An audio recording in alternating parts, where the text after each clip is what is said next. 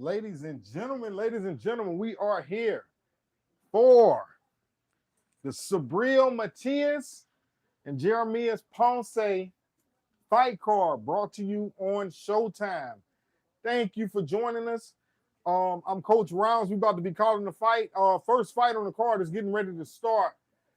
So if you're watching at home, put it on Showtime. And if you're not, we are here to give you the play-by-play color commentary.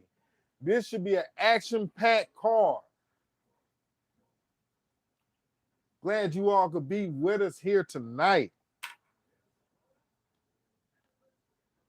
Elvis Rodriguez. This is about to be a hell of a fight with Elvis Rodriguez and Joseph Adorno.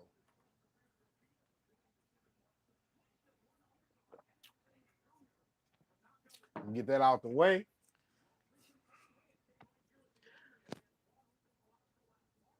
My boy got braids and the shit. Is that braids? Got to turn this down. Hold on. Let me turn that down. All right. Both fighters are in the ring.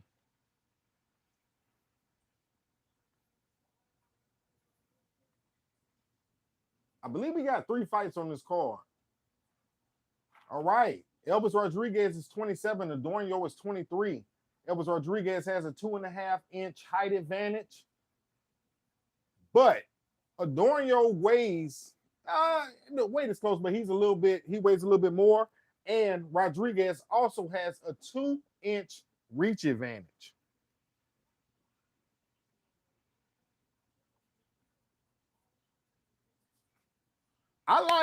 This is a hard fight to call. I like Elvis Rodriguez in a late stoppage in this one. I like Elvis Rodriguez maybe late stoppage or by decision. Adorno can punch, but Rodriguez is just a bigger fighter and he's a lot busier than Adorno, in my opinion. And I think, this fight gets, in the deep waters late in the rounds. I think Elvis Rodriguez will outwork him in those pivotal championship rounds and secure the win, if not get the stoppage. So, we don't have any money on this particular fight. But if I had to bet, if you are betting, if the lines are still open, I'd roll with Elvis Rodriguez late rounds and by decision. And this is a Showtime PBC promotion, so Jimmy Lennon is in the ring. Jimmy Lennon Jr. Had to put some respect on my man's name.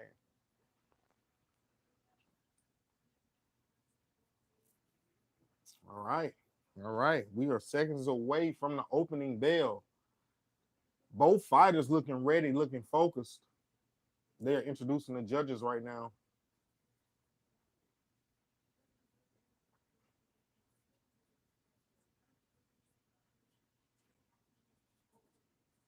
All right, fight fans, here we go. Let's go.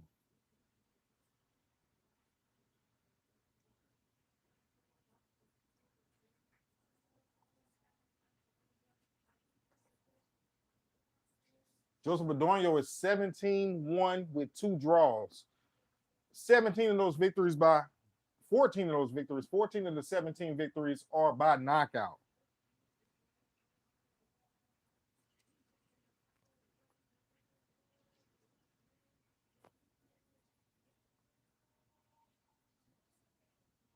Oh yeah. Adorno looks ready, man. He looking sweet now with that purple.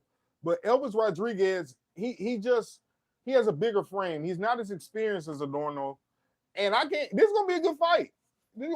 Elvis Rodriguez is 13-1-1 with 12 knockouts. This fight might not go the distance, man. Now I think Adorno does have a better chance early. In the early rounds, Adorno has a chance.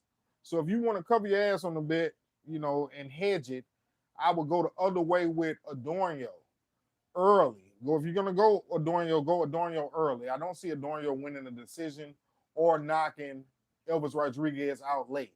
We'll see. Here we go.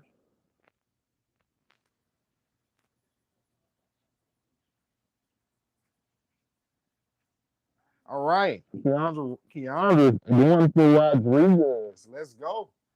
Let's go. I'm thinking Rodriguez is going to take it myself. All right. Ring is clear. Both fighters are ready. Referee calls for the bell. Here we go. Round one. Let's go.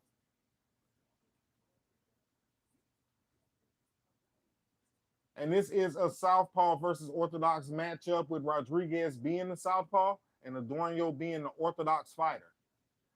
So foot positioning has a lot to do in this fight with who's gonna, control the fight.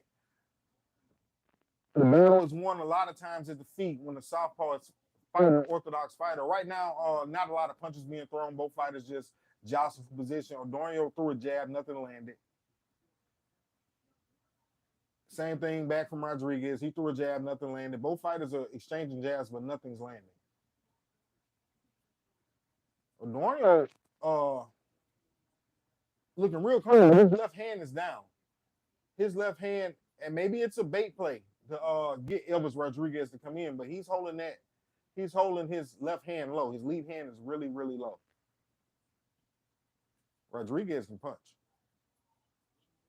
All right, no punches landed so far. We are a minute down in round one. No fight. Neither fighter has landed a punch.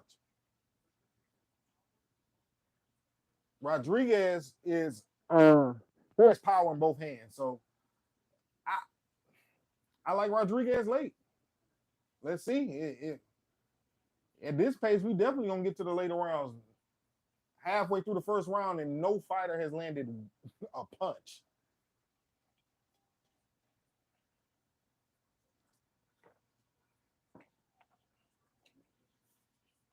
The count is 0-0 as far as punches. Punches landed.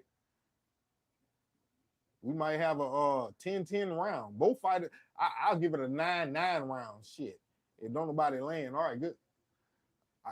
I'll say good body shot by Adorno. I don't know. It didn't really land. He glanced him, though. Best punch of the night. Adorno looks really loose in the ring. He's doing a little shimmy with his shoulders as he's standing in front of Rodriguez. Rodriguez looking real calm. Good jab by Adorno.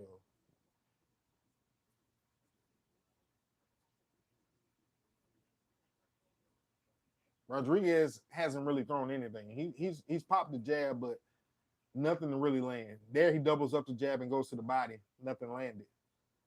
Rodriguez is controlling the ring, and he's cutting off the ring very, very well. He's about to give Adorno no choice but to fight. But Adorno is a smart fighter because he came forward with offense before Rodriguez could close that distance.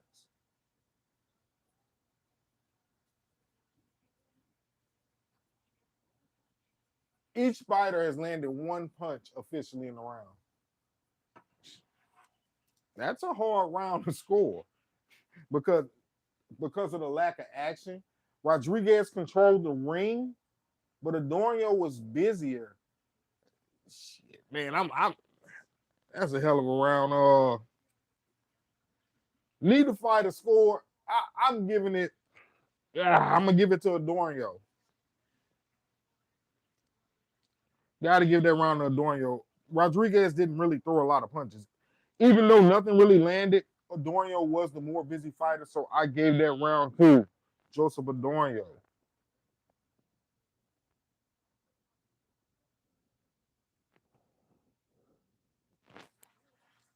After one here at Rounds Boxing Club, we have the score.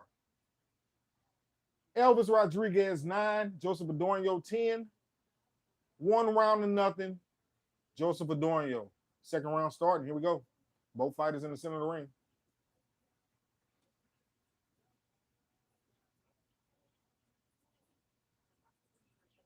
Good jab. All right, Rodriguez looks like he's closing the gap a little bit more. He's making a point to land punches. He's adjusting his gloves, moving forward. Yeah, I think we're going to get some action this round. Adorno pops a hard jab. Rodriguez caught it.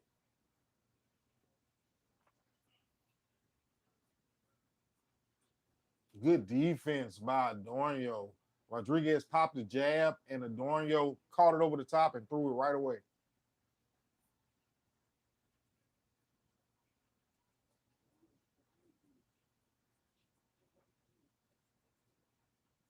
More the same. Rodriguez is doubling up on his jab. He needs to put something behind it. Both fighters have respect for each other. They're respecting each other's power, but neither one committing to the fight. Nobody's committed to the fight yet. They are still jostling for position. That's a little bit low. I'm not going to count that. Body shot by Rodriguez. A little bit low, though. Oh, good body shot by Adorno. Adorno went with the jab up top and threw a 2 to the body. Wonderful body shot.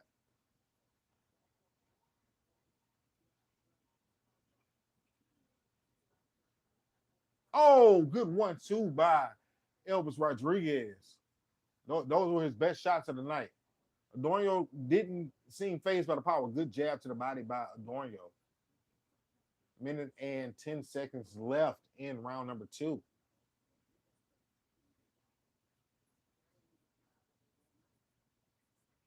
Rodriguez is in the center of the ring, but he's fighting off of his back foot. He's back and forth, but both fighters come forward at the same time. Elvis Rodriguez got the better of that with a 1-2-3 combination, and he ended with that 3 to the body. And those deposits to the body are going to make a difference in this fight. The pressure that Rodriguez is putting on Adorno, I think, can wear on Adorno, because when you're trying to keep a fighter off of you by fighting them off and using your legs, that can be taxing on your body. Rodriguez just missed a wild hook. Adorno came forward with 3 punches. Only one of them seemed to land. He came forward with a jab and 2 crosses. And the second cross landed. All right. Oh, good 1-2 by Elvis Rodriguez. Right on the chin. I think Adorno felt the power of Rodriguez right there. And that's the end of the round. Wonderful round. At the end of that round, Rodriguez hit him with a nice 2-punch combination. And Adorno felt his power because immediately he started throwing hard jabs back, harder than he was throwing. So yes, that's an Elvis Rodriguez round. Second round, 10-9. After 2, we had a fight all tied up. Elvis Rodriguez, Joseph Adorno, 19-19, heading to the 3rd round. Freddie Roach, legendary trainer. Freddie Roach is the trainer for Elvis Rodriguez. And, we've seen his success with southpaws, with Manny Pacquiao. So, Freddie Roach is very versatile and experienced training southpaws.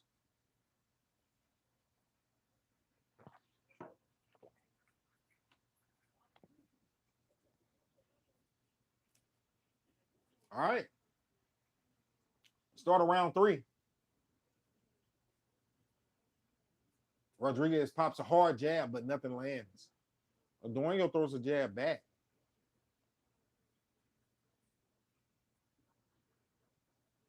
Elvis Rodriguez is doubling up on that jab, but every time he doubles a jab, nothing lands, and he doesn't follow it up. I feel maybe he's setting it up to follow it up later, but he's gonna have to switch that cadence up.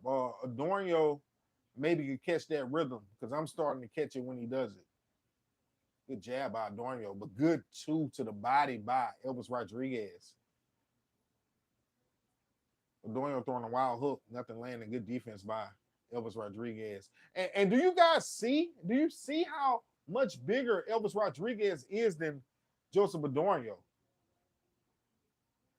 He has a wider silverback frame, more silverback frame than Rodriguez. Than Adorno. Rodriguez has he's just a big fighter. You can tell he's gonna move up. This isn't his last weight class. Oh, good shot to the body by Adorno. He doubled that hook up, one to the body, one to the head, but the shot up top did not land.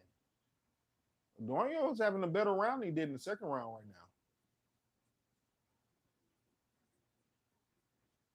Good jab by Rodriguez.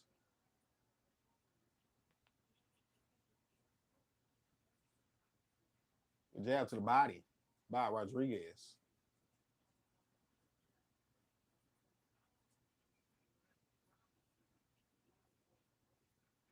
Adornio's punch output has really, really drastically slowed down from those first 2 rounds. He was doing good in this round, and not that he's been hit a lot, but that was a low blow right there. Ref did not see it. He was out of position.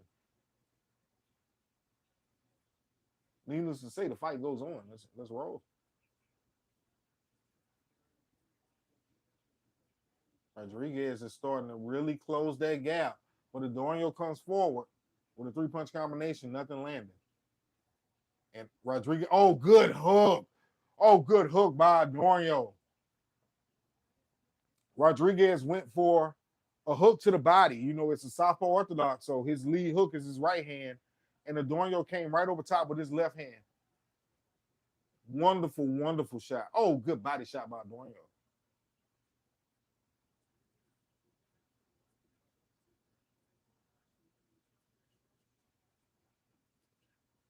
Interesting fact about Elvis Rodriguez, he is naturally a right-handed fighter who fights left-handed. So you know that boy got some pop on that jab. Shit. All right, that's the end of round 3. That was a close round, but I thought Elvis Rodriguez won that round.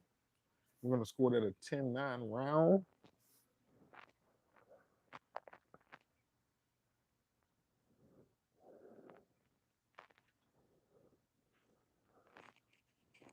All right, after 3, our scorecards here at Rounds Boxing Club, we have it.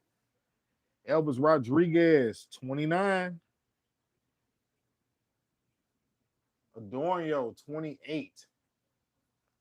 Ladies and gentlemen, if you are in the live stream watching, leave a comment letting us know what do you think about this fight, who you're rolling with, who you got. And don't forget to hit the like and subscribe button, baby. Read the shirt, check it out. Subscribe. We are on the race to 1,000 subscribers. We are less than 100 away. So hopefully, you know, we'll be crossing that mark in the near future. All right. That's the start of round 4. Rodriguez is controlling the center ring, and Adorno is giving the center ring up easily. At first, they were both going to center ring, which Adorno is starting to really fight off that back foot. And he's looking for that counter hook off Rodriguez's left hand, either the hook to the body or the jab. He's trying to come over the top of that with a hook, which isn't a bad plan.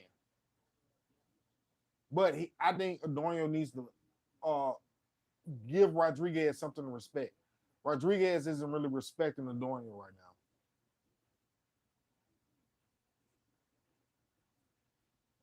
now. Good jab by Adorno. Adorno slipped the jab and threw his and landed. Oh, good body shot. Good 1-2 from Adorno. Rodriguez seems unfazed.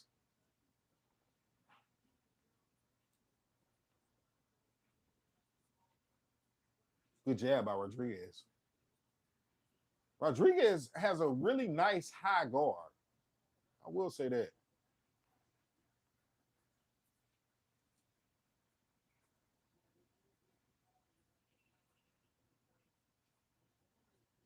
Good jab to the body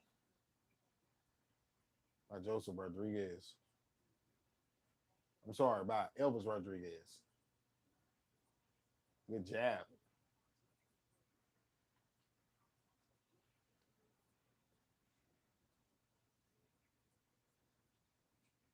We got a minute left in round number 4. Oh, good jab by Rodriguez. And Adorno was on the ropes. But Rodriguez is starting to come in. Good 2 shots back by Adorno. But Rodriguez is really getting confident and starting to let his hands go. You can see he's letting them go with confidence. Hasn't really landed big yet. But he's throwing some hard shots. I think this pressure that he's keeping on Adorno could be wearing Adorno down. Keep in mind, this is a 10-round fight. Good body shot by Elvis Rodriguez. So these fighters have to get busy early. You know, it's not like good hard shot by Elvis Rodriguez. A counter hook of his own, counter right hook by Elvis Rodriguez right over the top of Adorno's jab. Oh, good 1-2 by Elvis Rodriguez. Good sharp jab by Rodriguez. Adorno throws 2 punches to the body. Oh, Adorno comes back with another punch to the body and a 2-punch combination to the head. Adorno came on at the end of that round, but I think Elvis Rodriguez did enough. Man, Adorno has to come on like that earlier in the round. You know, he got pissed off. I guess he got tired of getting left into his face. Shit.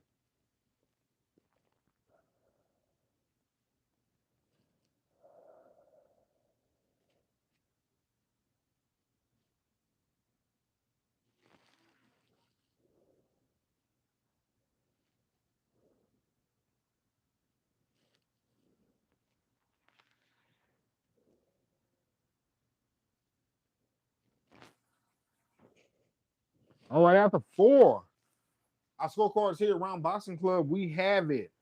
Elvis Rodriguez, 39. Joseph Adorno, 37. After 4, this is a good fight. Adorno needs this round. This is his 10-round fight. We got him down by 2 rounds.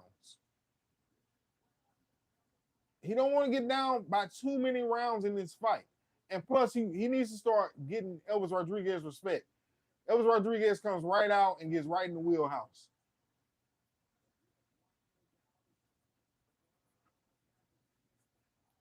Rodriguez pumping that jab.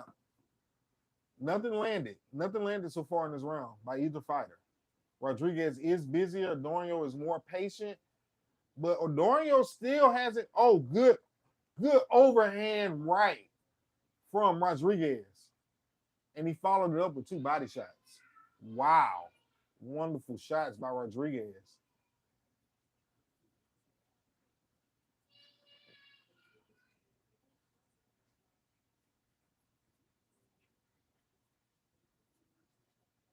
Good body shot.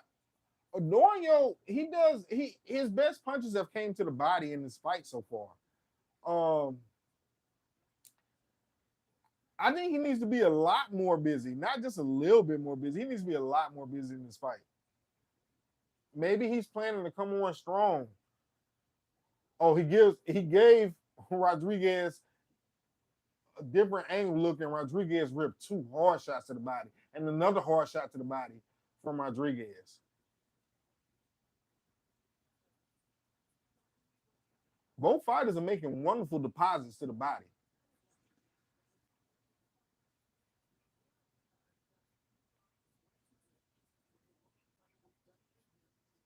Oh, Adorno came forward with a 3-punch combination. He landed the last 2, but he got hit with a shot on his way out by Rodriguez. Good shots by Adorno. 1 minute left in round number 5. Right now, this is a Rodriguez round, but it's anybody round. Adorno needs to get busy. He's doing good when he's punching. Oh, good 3-punch combination from Adorno. Elvis Rodriguez landed 1 while they were in the mix. All right. Adorno finally pushes Elvis back. He pushed Elvis Rodriguez back to the ropes. Referee calls for a break, and now we're back to action. Adorno pops a jab. Adorno's coming on in this round. Last 35 seconds of round 5.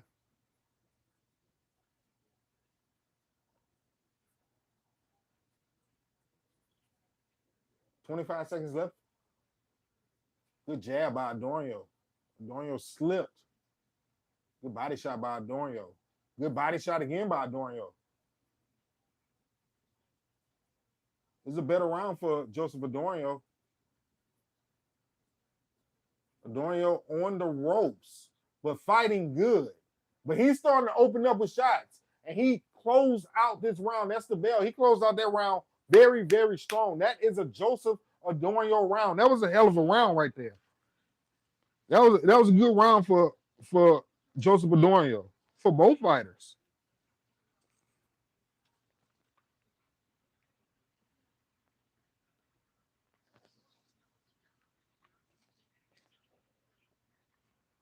All right. After 5 here around Boxing Club, we have the score. Elvis Rodriguez, 48. Joseph Adorno, 47. Good fight. Good fight. They're showing the replays. Adorno did some wonderful work. Rodriguez looks unfazed. I mean, I don't think he was hurt at all, but Adorno landed more shots in round number 5. So we are midway through the fight. Last half of the fight. Let's see.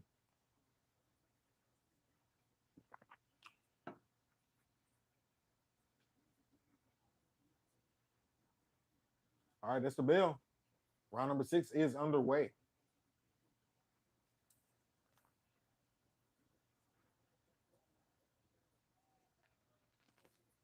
Good body shot by Adorno.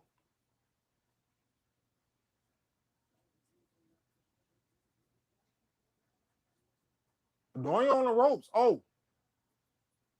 Elvis Rodriguez started to go to work. He threw 2 hard shots, and Adorno tied him up and turned him. So now Rodriguez's back was against the ropes.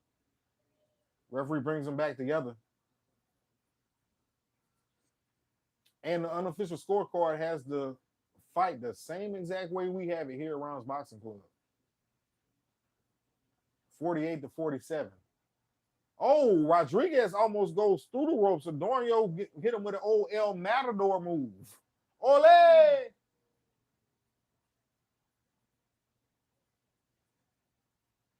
Good jab by Adorno. Right now, this is an Adorno round just off ring generalship. Oh, good hard body shot by Elvis Rodriguez. Oh, Joseph Adorno went down. He might have been hurt from that body shot, but he was smothered, and the referee gave him a warning. I don't think he was hurt. Okay, they're back up. Referee is warning Rodriguez. It's a fight, man. Shit, there you go. All right, Adorno backs himself up to the ropes. Oh, but he hits Rodriguez with a hard right hand, and Rodriguez says, come on, bring it. Adorno slipped the hard shot and hit Rodriguez with a hell of a right hand. All right, ladies and gentlemen, I think a fight has just broken out. The referee is getting ready to bring them back together. He's warning both fighters.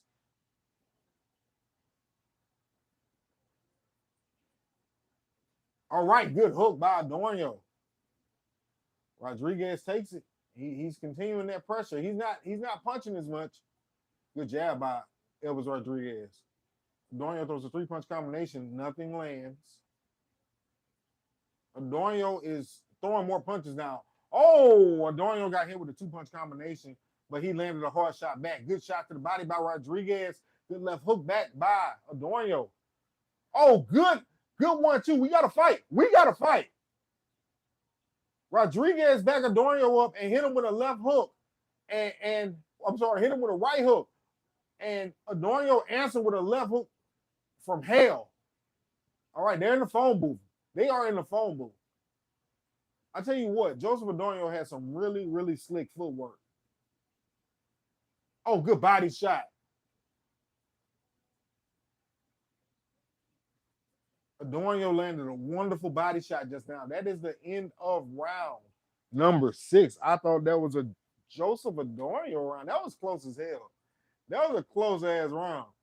Oh, he hit him. That should have been called a knockdown. Oh, the ref did not call a knockdown. When Elvis Rodriguez went down, he was hit with a hook. Oh, right to the temple.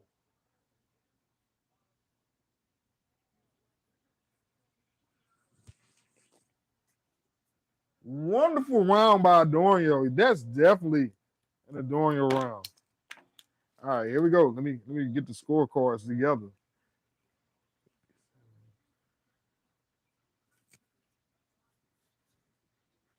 All right, after 6 here at Rounds Boxing Club, we have this fight all tied up at 57. Anybody's fight in the later rounds.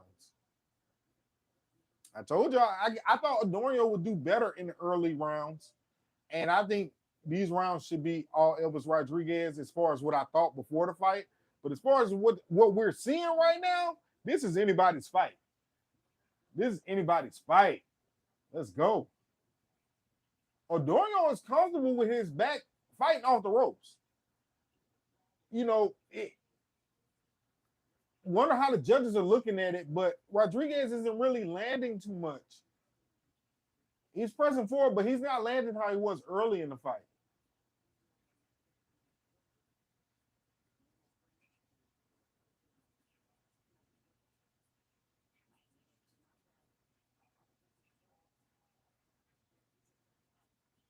Unofficial scorecards, they have it 58-56. I got it. I got this fight tied right now.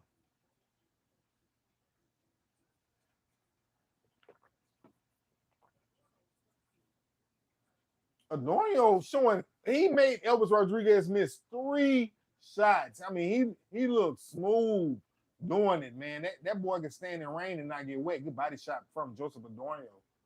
We got 1:45 left in round number 7. Elvis Rodriguez popping jabs, but nothing landing. Oh, good left hand from Elvis Rodriguez, and he throws a rabbit punch to the body. Referee did not give him a warning, but it was a hard shot too. Adorno back. We're back. Oh, Adorno is hurt. He's hurt. He's down. That's the fight. Referee is called the fight. No, he's counting. He's giving him a count. I thought he was calling the fight. Adorno got hit with a right hand that buckled him, and he completely turned his back. Rodriguez started punching. I thought the referee was calling the fight, but he gave him a standing 8 count. There's a lot of time left in round number 7. I said this. Oh, another right hook. Another right hook by Rodriguez. Let's see if Adorno can survive this round. Good shot to the body by Rodriguez. Rodriguez is starting to come on. Oh, good shots by Rodriguez. Adorno looking tough, though. He's sitting right there in the phone booth. He's getting hit with hard shots. Referee might need to look. He's fighting back, though. He's hitting back with good shots. He's still hurt. His leg's not under him. Rodriguez, man. Another hook from Rodriguez. Good body shot by Rodriguez. Last 15 seconds. Adorno might get out this round. Oh, good uppercut by Rodriguez. Rodriguez came back with a 2-punch combination.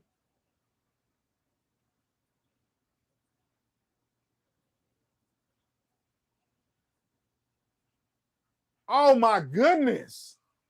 That was a hell of a round for Elvis Rodriguez. Adorno is tough as hell, though. He bust his mouth wide open. Doctor's taking a look. That's a 10-8 round. Go ahead and put that down. That's a 10-8 round. That was big. After 7, we got it 67-65. Let's take a look at this shot.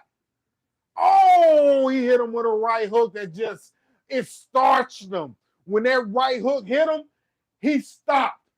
He just stopped and turned his back. I thought referee had to tackle Rodriguez into the ropes to stop him from punching. But Adorno did not go down. Boom! Oh, my goodness. Right on the chin. Bing, bing. Oh, my goodness. Referee could have stopped that fight right there. All right. Bell ring, but the referee is having the doctors take a look at Adorno. All right. He's bringing it back. Let's go. They had to clear the ring. They had something, a towel left in the ring. All right. We're round number 8. Let's see how Adorno handles getting knocked down. If he can come back and finish this fight strong, or if Elvis Rodriguez will stop him. Elvis Rodriguez is throwing shots from Kilimanjaro. Good body shot by Adorno. He's going to need a little bit more than that. He should have followed it up with 2 jabs.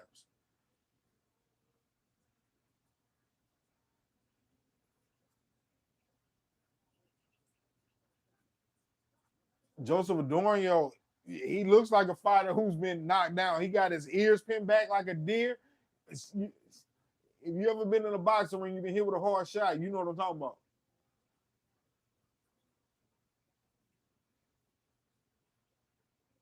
He's alert. He's first round alert. We are in round number 7. That boy looked first round alert. He knocked him into a whole nother fight.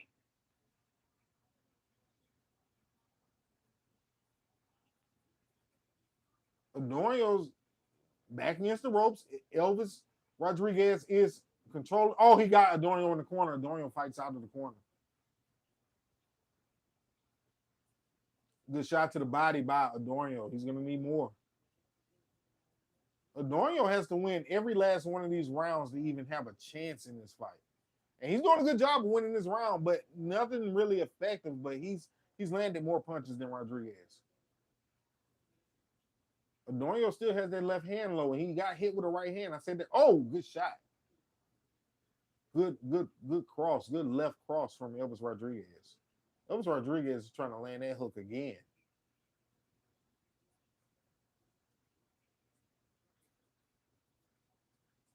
Good jab by Elvis Rodriguez. 40 seconds left in round number 8. Ooh, good shot to the body by Elvis Rodriguez. Adorno's holding on a little bit, and that shows me he's getting a little winded in this round. He's trying to get to the end of this round. And Elvis Rodriguez knows it. He's starting to come on. He didn't land. If he lands this hook that he's trying to land, my goodness, the referee, call a paramedic.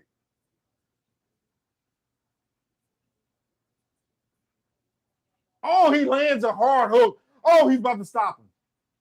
Adorno's tough. Adorno's tough. He keeps landing that shot. It's just a matter of time.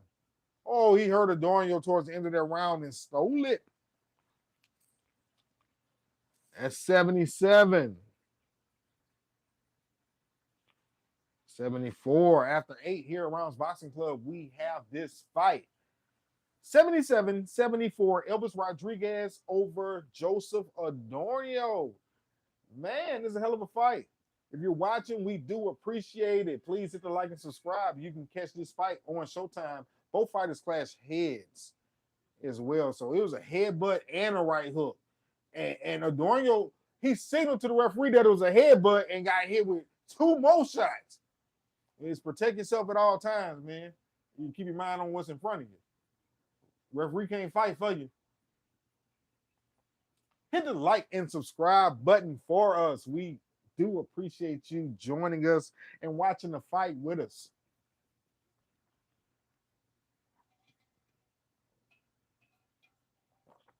All right. Round number 9.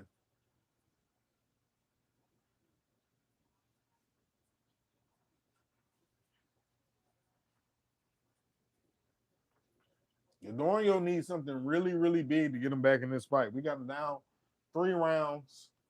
It's only 2 rounds left, so undoubtedly he needs a knockout or a knockdown. I'm not gonna say he needs a knockout, but he needs a 10-8 round somewhere. And somewhere soon. Rodriguez starting to reach with his punches, which could be a sign of fatigue.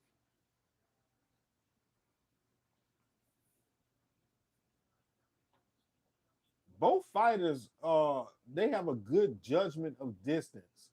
You know, I think Adorno is getting hit with those harder shots because fundamentally he's not keeping his hands up. You know, he's comfortable with his hands down. He does a good job defensively when he ain't getting hit on his chin. Oh. And just as I say that, Rodriguez comes forward with a 3-punch combination, landing 2 hard ones.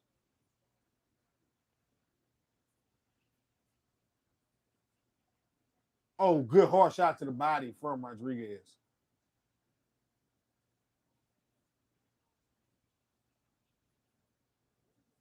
Adorno's feet is starting to be stuck in sand, which shows me he's tired. Rodriguez can press the gas right now and probably stop this fight. But he's patient. He's winning the round so far too. Good jab by Elvis Rodriguez. Good left cross from Elvis Rodriguez. Oh, good shot. Good shot by Adorno.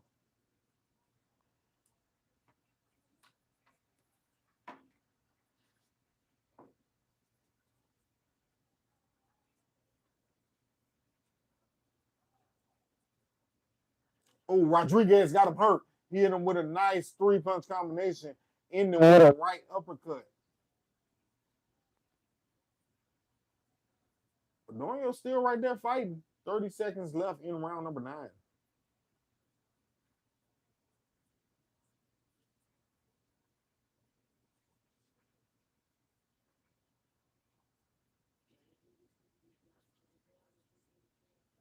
Hook by Rodriguez.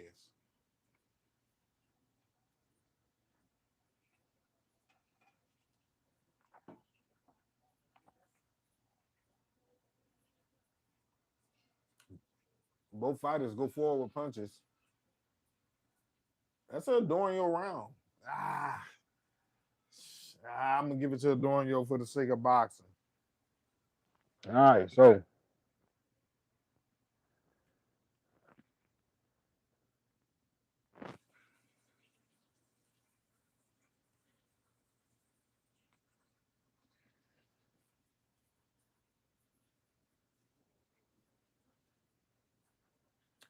after 9, we have it here at Rounds Boxing Club. 86-84. Elvis Rodriguez heading into the 10th and final round of this bout.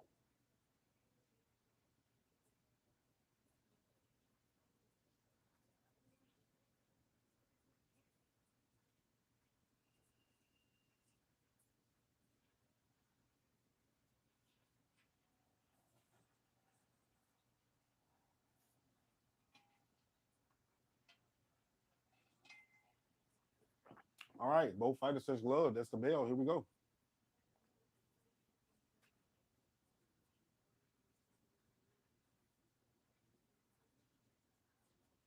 Elvis Rodriguez still looking fresh. And Adorno don't look bad to say he went down early. It's just his feet are a little stuck in mud. He's not moving his feet as much. Oh, Rodriguez is starting to come forward with hard shots. But Adorno has good defense. You can tell he's been trained well. And he's still making those deposits to the body, but that's just not gonna be enough. He's been successful at landing that right hand to the body, and there he lands another one. Both fighters exchanging punches.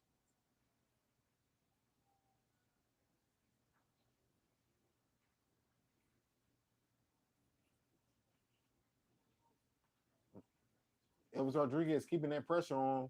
He's going forward. Down goes Adorno, but it was a slip. Referee called the fight back together. And Adorno was comfortable staying right there on the ropes. He actually lands a good shot off the ropes. And Rodriguez missed 3.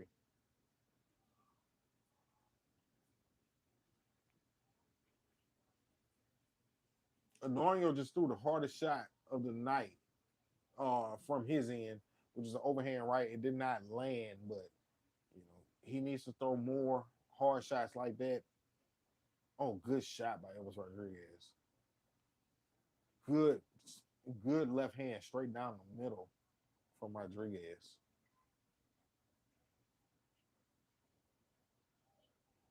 We're approaching the 1 minute mark in this fight. Both fighters exchange punches right there in the phone booth, and Rodriguez got the better of that exchange.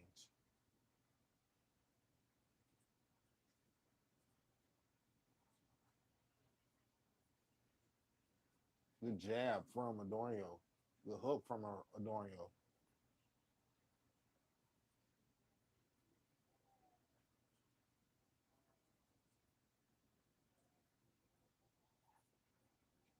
Rodriguez still stalking. Adorno comes forward with a 3-punch combination. He's in and out. Elvis Rodriguez pops a long hook. There's another slip by Joseph Adorno. Referee calls it a knockdown. He slipped, but it was a punch being thrown at the same time.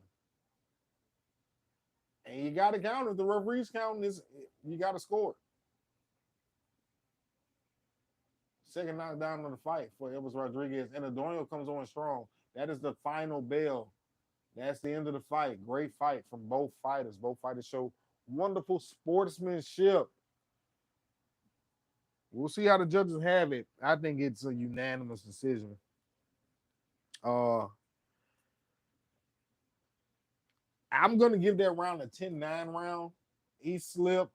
I gotta go 10-8. The referee counted it. All right, so here we go. Let's see what we got.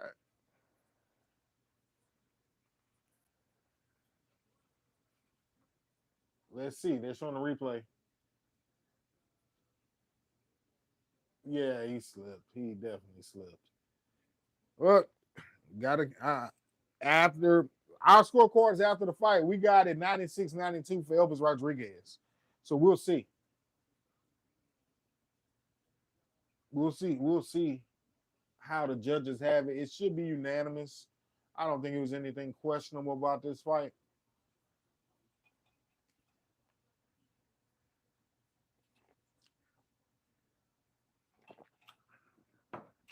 And if you roll with my prediction, I said Elvis Rodriguez late round stoppage or decision. We'll see. I believe I'm right.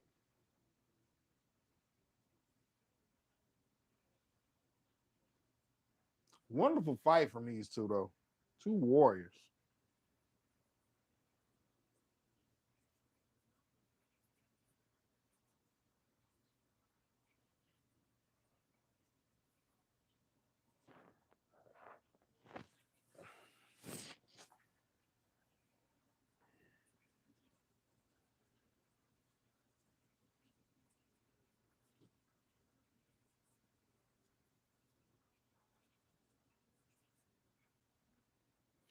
All right, they got.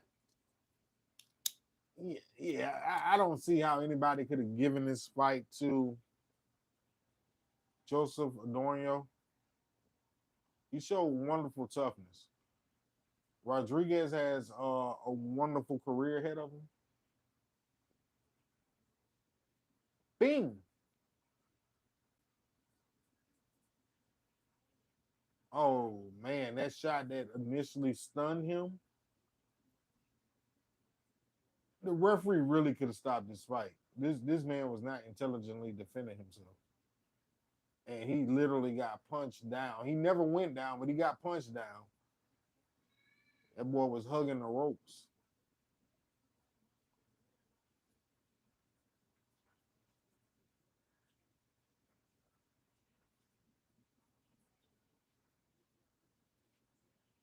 That was a wonderful, wonderful show. Let's get to the scorecards.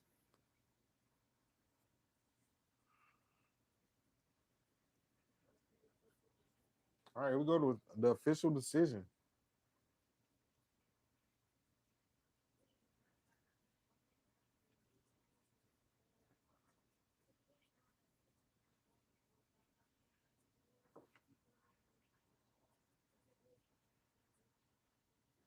One judge scored this a draw, 94-94.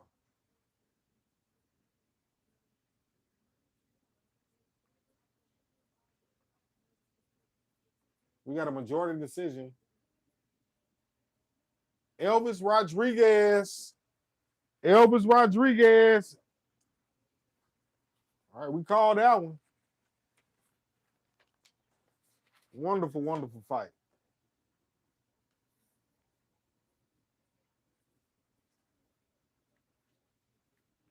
They are getting ready to talk with Elvis Rodriguez.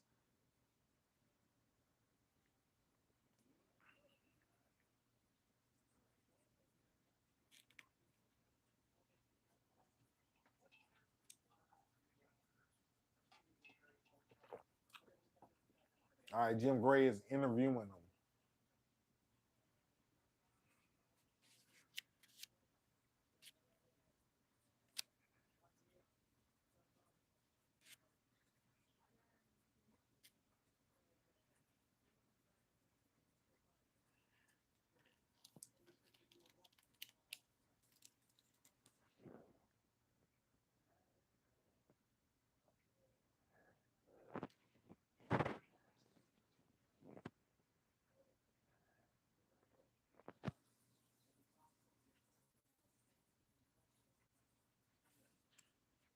All right. Are you all going to watch the Jake Paul and Tommy Fury fight tomorrow? Let us know in the comment section if you're going to be watching Jake Paul and Tommy Fury. I'm thinking about calling that fight. Not sure if I will or not. I'm not. I'm gonna watch this one. I didn't watch the last Jake Paul fight or the one before that. And probably I ain't watched the one before that. But I did watch the one where Roy Jones and Tyson fought. When he fought Nate Robinson, I watched that one. And the WBC is talking about ranking him, what, in the cruiserweight division if he wins? That's crazy. That's crazy. I mean, shout out to Jake Paul, though. If he's working, get in the ring with some real fighters, man. We want to see how you look. Now, I mean, he is taking a step, I guess you could say a step up because he's fighting a boxer, a guy from a boxing family who boxes, Tyson Fury's little brother. But shit, this guy ain't better than Anderson Silva. And I don't know if that fight was rigged or not. It was a hell of a shot he hit Silva with. But, you know, I for one, honestly, I was looking at the whole Jake Paul thing at first like a circus. But now that the WBC is starting to recognize and talk about ranking him if he beats Tommy Fury, I mean, they leave us with no choice. You got to take it serious. I can't call it a circus anymore. You know, he's a legitimate fighter if they're going to rank him. So let's see him fight some legitimate fighters after he fights Tommy Fury.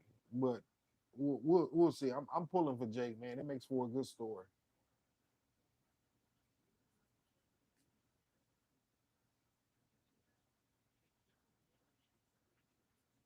I don't know how any judge saw this fight as a draw. That's bananas.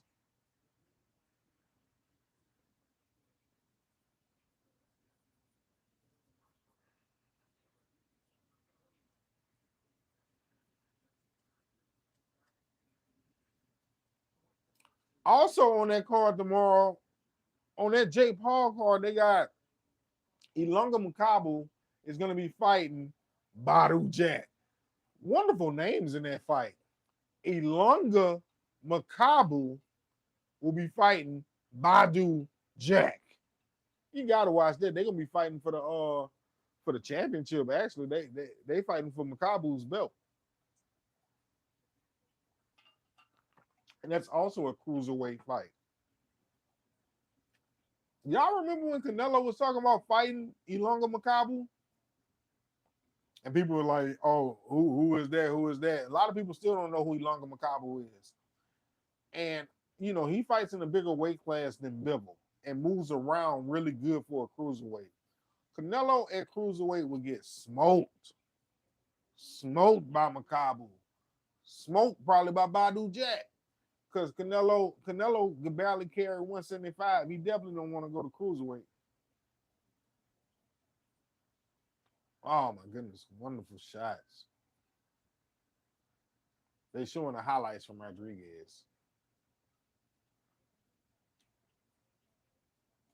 Good thing is, you know, this weekend we were actually supposed to have the Adrian Broner fight. Broner and Michael Williams Jr. was supposed to be fighting this weekend, and that was going to be a wonderful, wonderful fight. I think, you know, Broner, that was a good get back fight for Broner. That was the third opponent.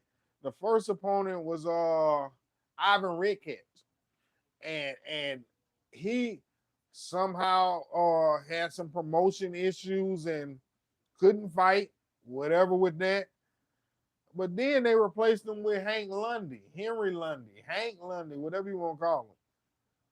But then that Joker, he had to pull out the fight. So then we get our third replacement. And you know, for fighters, when you're training for a particular fighter and the fighter has to pull out and they replace him, especially when they replace him with a harder fighter, that is with anybody, that's an issue. We've seen that happen to Anthony Joshua. When Anthony Joshua fought Andy Ruiz, Andy Ruiz wasn't Anthony Joshua's original opponent. The original opponent was Jarrell Big Baby Miller, who popped dirty for, I don't know what he was on, a lot of shit. Jarrell Big Baby Miller had tested pop dirty for more than one substance. But anyway, Andy Ruiz was a replacement, right? He came in, he shocked the world. Look at Gervonta Tank Davis when he fought Isaac Cruz. Isaac Cruz was not the original opponent. Now, Tank didn't lose. He went on to win that fight, but Cruz gave him a wonderful fight. Probably the hardest fight of his career. That and the Barrios. And Tank broke his hand in that fight. And it just was a lot going on. But like I was saying, when fighters have to fight a replacement fighter, it's always hard. So anyway, back to the subject. Adrian Broner was supposed to fight Michael Williams Jr. And apparently, Michael Williams Jr. suffered a broken jaw the week before the fight, and his father, Michael Williams Sr., was very unhappy with it. And there's a lot of riffraff going on between, Michael Williams Sr. and Roy Jones Jr., who was training Michael Williams Jr. And Roy actually came out and he said Michael Williams Jr. was not looking good taking punches in camp from fighters who were 147, fighters who were 140. And he thought that Michael Williams Jr. could possibly get hurt in that fight, and he was concerned for Michael Williams Jr. well-being. But shit, man, it happens, man. I'm not going to fault Roy for that. I hate that it happened because I want to see Broner return to the ring, make him some money. And Michael Williams Jr., that was the biggest fight of his career. Biggest name under his belt, win, lose, or draw, probably was going to be the biggest check he ever made. So I hate it for the young fella, man. Michael Williams Jr., look forward to seeing you soon, man. Get yourself together and back in the gym, and we'll see you. We'll see you. Keep working. Next week, Creed 3 comes out. You guys going to see Creed 3? I don't know if it's going to be streaming. I don't know if Creed 3 is going to be streaming, or I'm probably going to go to the movies to see it. I ain't been in the movies. I don't think I've been in the movies since the pandemic. Damn. I don't think I've been in the movies since the pandemic. I can't remember if we've been to the movies or not. I'll have to ask the missus. But why not go see Creed 3? Because I can't let the weekend go without going to see it and hearing everybody talk about it, and I didn't watch it. Not as a true boxing fan will see Creed. And I support Michael B. Jordan. I support the Rocky series. I support boxing. So I can't watch it bootleg. Now they stream it. I'll be at home and I'll watch it. Because ain't no place like home. What Dorothy said. Ain't no place like home. But anyway, I am going to see Creed. So since we're talking about boxing movies, let's talk about our favorite boxing movies of all time. We ain't gonna rank them. Let's just talk about some good boxing movies. If you're watching, hit the comment section with some boxing movies that you enjoy watching. I'll start first. Let's see. And it could be any boxing movie, or if it got something to do boxing. I like The Great White Hype. One of my favorite boxing movies. I mean, it's comedy, but it's kind of surreal. it's crazy. Wonderful movie with Damon Wayans, Jamie Foxx, Samuel L. Jackson. The Great White Hype was a wonderful movie where it was exactly, the Great White Hype. Michael Conlon was his name in the movie. The white guy who they were trying to say could beat James Roper. That was the main character name in Great White Hype. So Damon Wayans played James Roper. Not sure who played Michael Conlon, a white guy, of course. So, they were trying to make it a big thing. If you remember back in the day when Larry Holmes and Jerry Quarry, it was like a big black and white thing going on when they fought. And they tried to kind of rewrite that in the storyline. And James Roper, played by Damon Wayans, but he didn't train the whole damn time. whole damn time. They got this big fight planned for him. So about a week out from the fight, they like 2 weeks out from the fight, they go in there, they say, man, you got to start training, champ. You got to start getting in shape. He said, yeah, I'm in shape. I'm round. And pat on the stomach. And then he starts talking about, man, I got to train for this white boy, man. It's going to be easy. They're like, all right. Now, mind you, what made this fight interesting was that James Roper lost to Michael Conlan in the amateurs. The only guy to ever beat James Roper. But Michael Conlan was a rocker. They went and got him, offered him his money. This boy started training, started believing in himself again as far as boxing goes. And James Roper got in that ring and whooped him real quick. You know, if you haven't seen that fight, go watch it. It's a wonderful, wonderful, funny boxing movie. And sometimes we need funny in boxing. We're getting ready for the next fight. We'll continue this conversation after this fight on boxing movies. This is a fight, a welterweight bout. We got Jamal James and Alberto Palmetta. 10-round fight. Jamal James and Alberto Palmetta.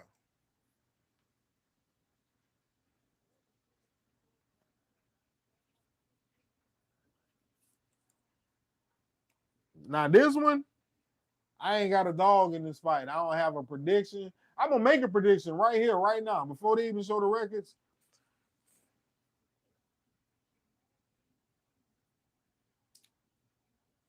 Give me James.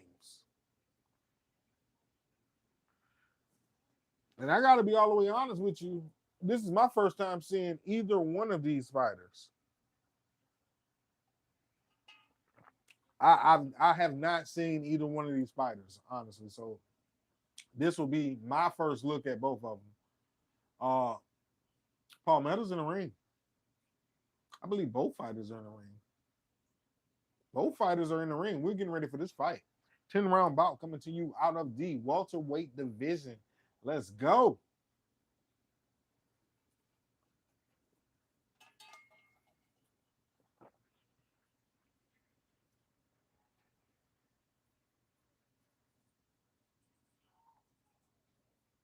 Jamal James. Jamal James coming to the ring.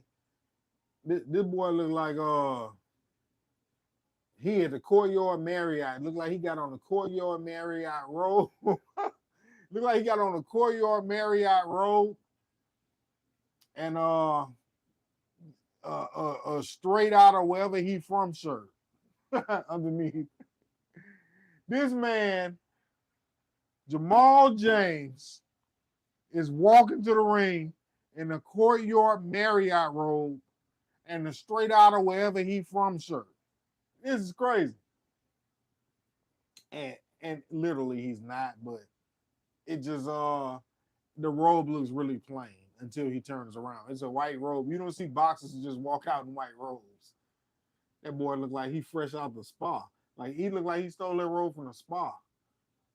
Say, man, or ask him. I got Jamal James in this fight versus Paul Metal guy. And I hate to say this Paul Metal guy like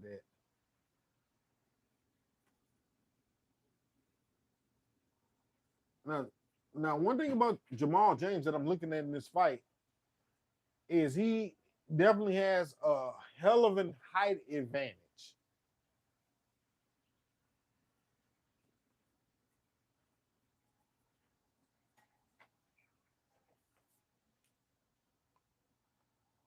But Paul Metal is a tough guy.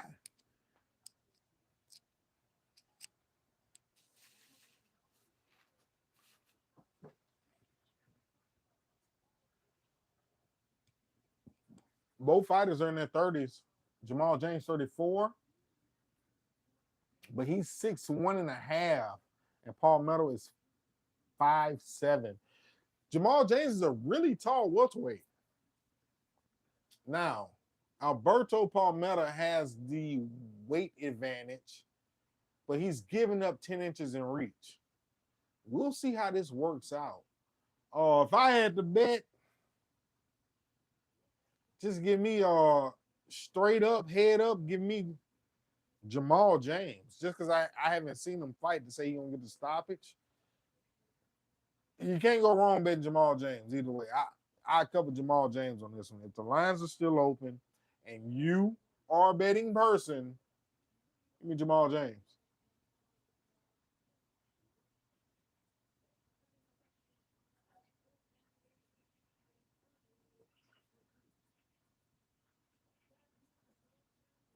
All right, Jimmy Linden Jr. introducing the fighters in the middle of the ring.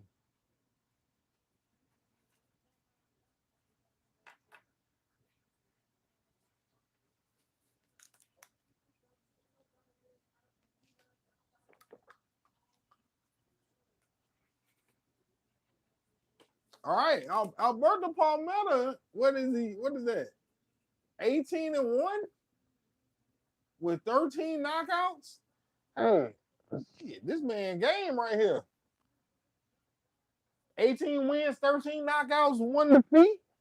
We about to have us a little fight right here. I tell you what, my man is ready to go. Jamal James looks really calm compared to Palmetto.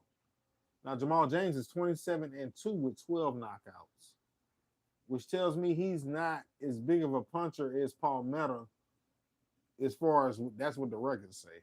We'll see how this fight turns out.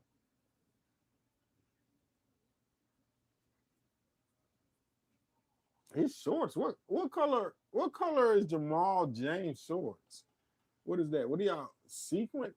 If sequence was a color, that is the color of this man trunks. That's crazy. Fluorescent. Is fluorescent the color? That boy trunks silver. I'm gonna just say silver. They silver, but he got some stuff going on this one. This height advantage is so much in this fight. It does not look like they're in the same weight class. Palmetto looks like a guy that's so fun to be around. He looks so happy to be in the ring. The way that he touched gloves just now was just, I've never seen a fighter do that. He kind of touched under the gloves, like he got low, went under, just to kind of, let you know I'm coming different than you expect. It ain't your usual, I guess. Mind games early. Opening bell. No fighters landed anything. One thing I can see already is Jamal James is not fighting tall. He's squatting low to Palmetto's level, which I don't think is a good. Jamal James, a good shot to the body. Normally, you don't see tall fighters as good body punches, but that was a good shot to the body.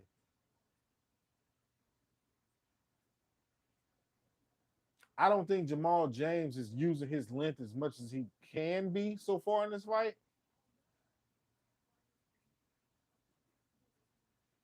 Jamal James lands a good hook.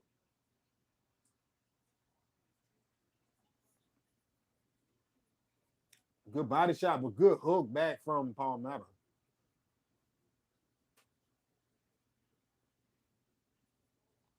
Oh, these fighters are busy. They're throwing a lot of punches. Here we go. And a good shot to the body by Palmetto. All right, let's go.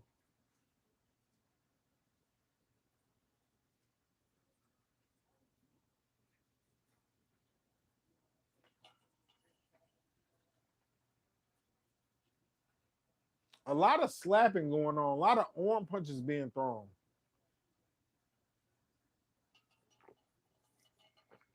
One, two, three coming from Jamal James. And Jamal James actually throwing to the body a lot to say he has such a height advantage. And I mean, he's not being as successful to say he got such a bigger target. And I'm not really, when Palmetto opens up, Jamal James leans forward in his guard, almost crouching down, but that's putting him in position to be hit more. He needs to move his feet more. He just now, Palmetto hits him with the best shots of the fight, a hook and an uppercut, because he gave it to him. he put his head right on his shoulder. Instead of him fighting tall and behind his jab, he's stepping in.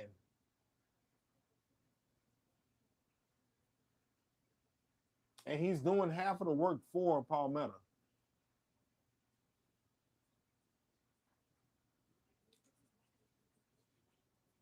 This is not a fill-out round. It's a hard round to score, but Jamal James, this is definitely a Jamal James round. Hard round. Jamal James comes in with a three-punch combination, securing a round. If it was hard, it ain't no more. Good shot by Jamal James, but good right hook from Palmetto. Last 2 seconds of round number 1. That is the end of the round. After 1, here at Rounds Boxing Club, we have it. Jamal James 10. Palmetto 9. 1 rounds to nothing. Jamal James.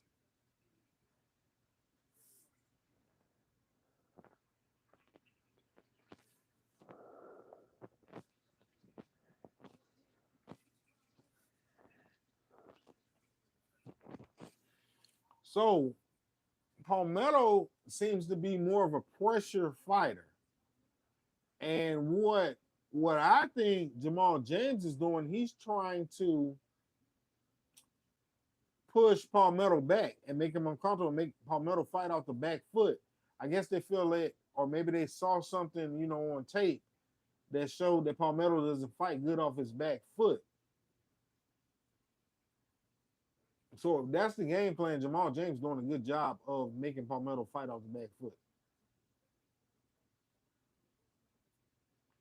And I think that's exactly it. And once again, ladies and gentlemen, I didn't say it, but just for your visual, this is another Southpaw Orthodox matchup with Jamal James being the Southpaw. I'm sorry, the Orthodox fighter, and Palmetto is the Southpaw. Jamal James commits to the body for a tall fighter. Him, and I'll tell you who else. Sebastian Fundora is tall as hell for 154, and he commits to the body all the time.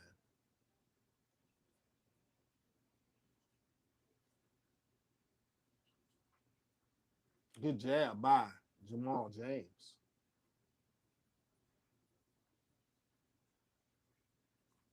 Both fighters exchange lead hooks. 1 minute down in the second round. Here we go. Referees bring them back together. Oh, good shot to the body. Good uppercut by Jamal James. Right uppercut by Jamal James was nice and tight. Good left hook. Jamal James looks bad. Like his defensive guard, when Palmetto comes forward, is almost the ball up. Instead of keeping his eyes on his opponent, he looks like a little kid who's scared. To say he's in the boxing ring, he had to have sparred. The way he's crouching and turning, he looks really scared. Now, he ain't been hit with nothing. Both fighters talking to each other right now. Good jab by Palmetto.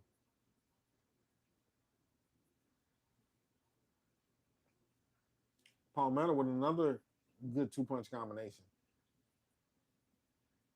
James throwing shots but not landing. Palmetto, good defense. Good body shot by James. Both fighters exchanged. Palmetto got the better of that. He hit James with a hard left hook. James was hurt. 45 seconds left to go in round number 2. Hey, man, Palmetto hit him with a shot. A wonderful shot. Let's go. Jamal James trying to do work, but Palmetto showing wonderful defense. And Palmetto's, good shots by Palmetto. Palmetto winning the foot positioning. He's keeping his foot on the outside. He's stepping behind Jamal James' lead foot. It's a Southpaw versus Orthodox matchup. And any Southpaw fighter should watch what Palmetto did in the second round. He's stepping behind James. That's a Palmetto round. That's the end of round number 2. That's a hell of a round. Hey, look, I told y'all we ain't bet on this fight. I hope y'all ain't put no money on Jamal James. That's who I picked just off I picked them jokers off names. Like I said, I ain't never seen that one of them fight. I ain't even know the attributes of them. But Jamal James looked bad as hell that round. He got outboxed by a fighter with less. This Jamal James got a 10-inch reach advantage, and he got his ass outboxed bad. That's crazy. He looked bad when this boy started putting pressure on him, and like I said, orthodox southpaw fight is worn at the feet. Palmetto is getting his lead foot behind Jamal James' lead foot, and he's letting that 1-2-3 combination go. And he mixing it up with body shots. This is a good fight. And if I didn't say it after 2, we have it 19-19. Tie fight. Here we go.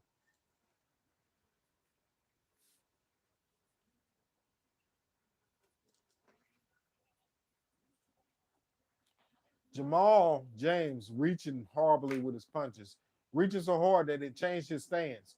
Good 2-punch combination by Palmetto.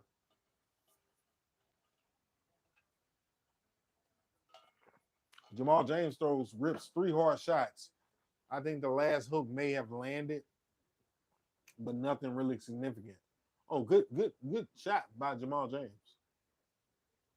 But Palmetto is right there. One thing about Jamal James, he's throwing a short, lazy jab. Now he's throwing a check hook to get to the exit door. Boom, and he goes. But he's not popping the long jab. He ain't popping that long jab. He ain't extending his elbow. He ain't turning that wrist. He's just touching that jab and looking for that check hook.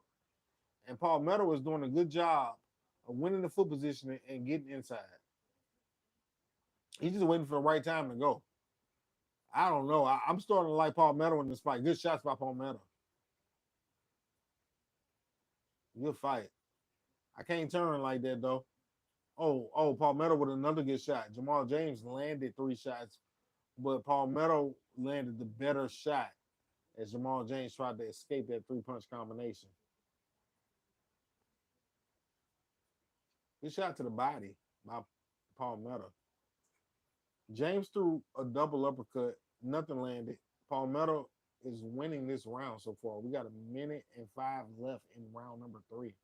This is a wonderful round, actually. Anybody's round still.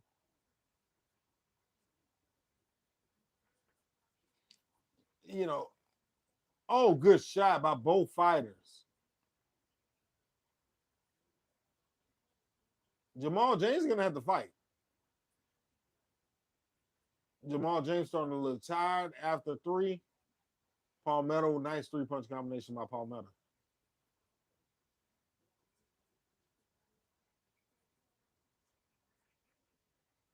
Good shot to the body by Palmetto.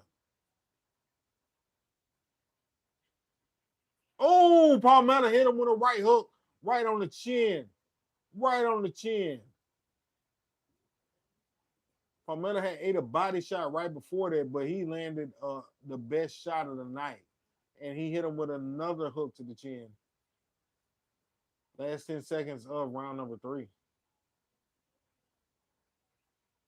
James looks tired. He's starting to push his punches. His punches don't look snappy. They're being pushed out there. That was a Palmetto round. Last 2 rounds. After 3 here rounds Boxing Club, we have our scorecard to be Jamal James 28, Palmetto 29.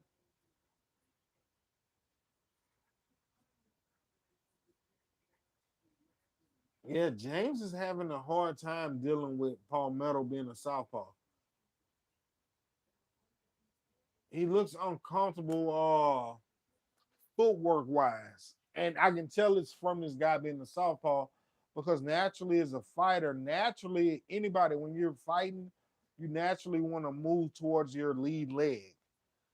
But Jamal James having a hard time moving towards that lead leg with Palmetto being a southpaw and keeping his lead leg outside of Jamal James' lead leg.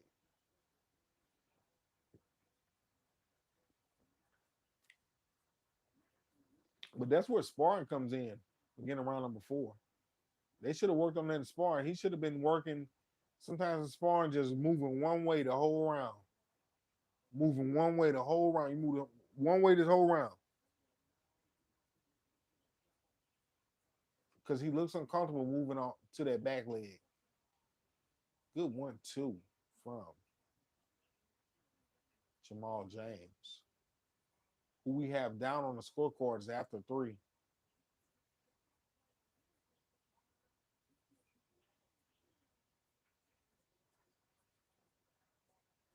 Palmetto has James on the ropes right now. James gets off. James does not have good defense. I'm sorry. I have to say it. He's not popping that jab. Sometimes good offense equivalates to good defense. Oh, good sharp hook by Jamal James right there, though. Good body shot by James.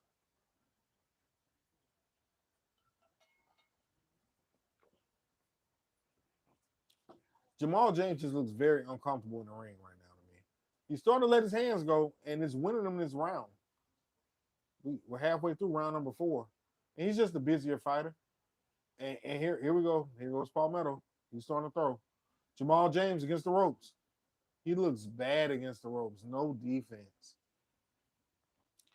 Jamal James' best defense is his offense right now. Because when he really has to play defense, shit, he can't stop. He can't stop a damn sinker.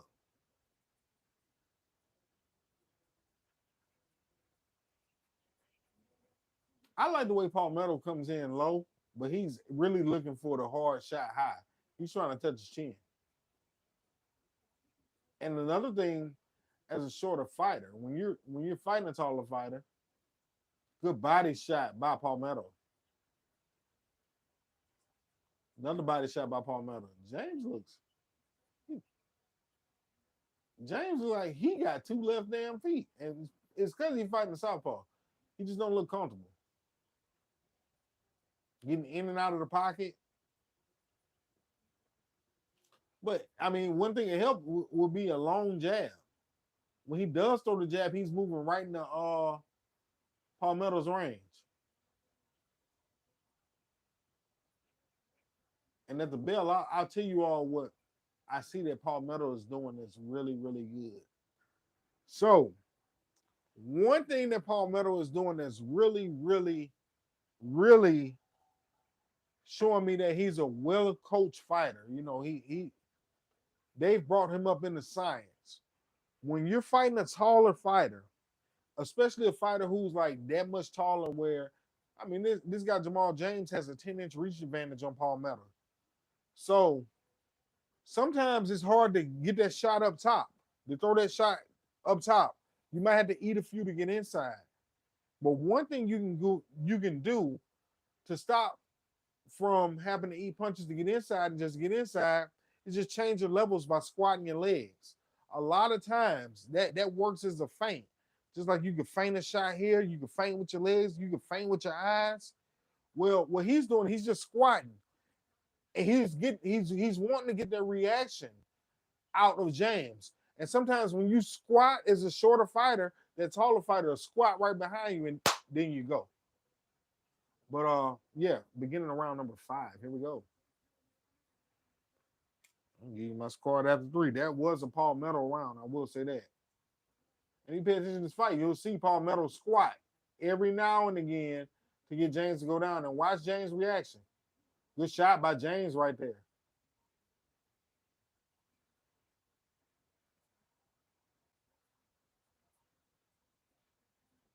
After 3, we did have it 39-37. We are in the 4th round. I just wanted to say that.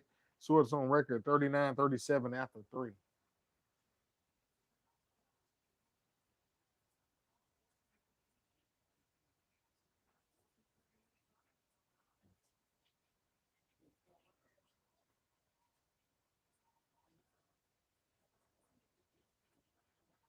Oh, good body shots from James.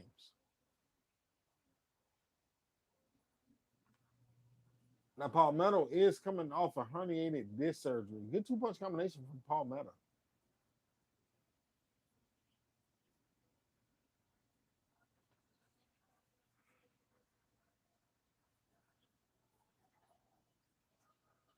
Oh, good right hand. Best shot of the night for Jamal James. Palmetto was unfazed by that shot, though. Halfway through. We are halfway through round number 5. Good 1-2 coming from Jamal James. Good body shots by Palmetto. Good body shots by Palmetto again. Good shots by Palmetto. Good 2-punch combination.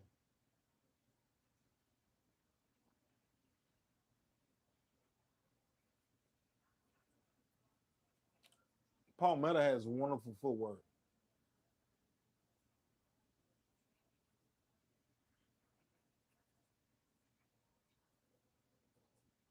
Oh, good right hand from Jamal James.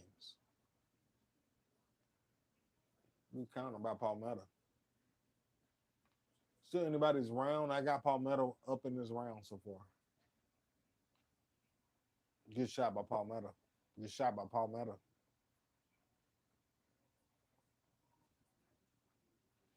Good body shot. He complained. Palmetto complains to the ref about a low blow.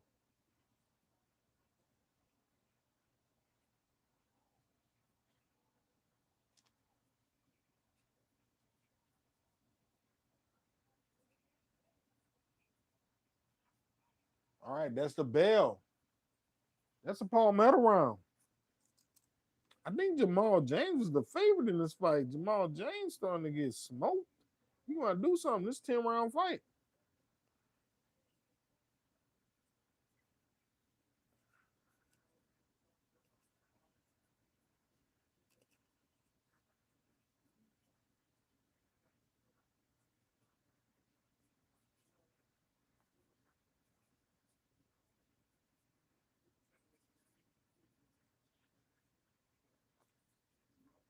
All right, our scorecards. After 5, we have it. Jamal James 46.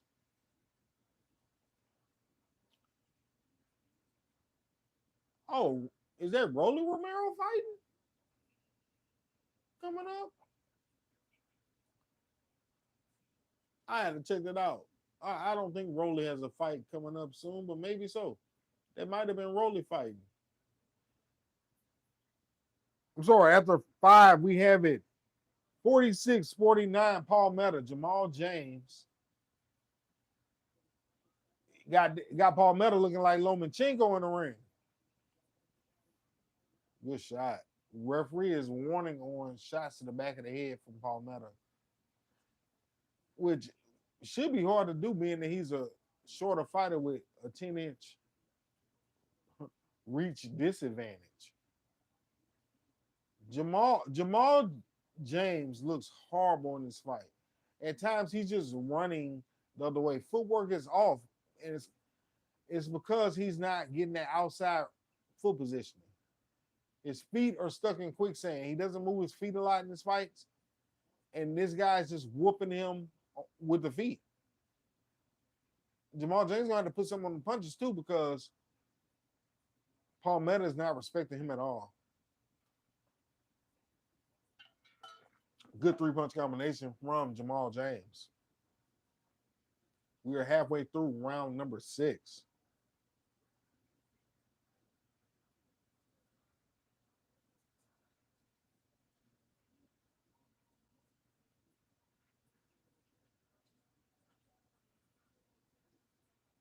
Good 3-punch combination from Jamal James. Palmetto has a left hand that's right there. And I know he sees it because I can see him setting it up. He needs to let it go this round before this guy gets to the corner and his corner tells him something. If Palmetto throws an overhand left, you can end this fight. But until then, Jamal James is winning this round. 1 minute left to go in round number 6. Good 2-punch combination coming from Palmetto.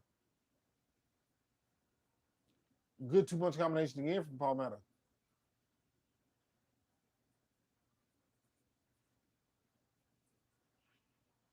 Good hook on the chin. Jamal James to Palmetto. but I don't think it phased Palmetto, but it was a good shot. Oh, Palmetto hits him with a good power shot. Both fighters exchange hooks. Good jab from Jamal James.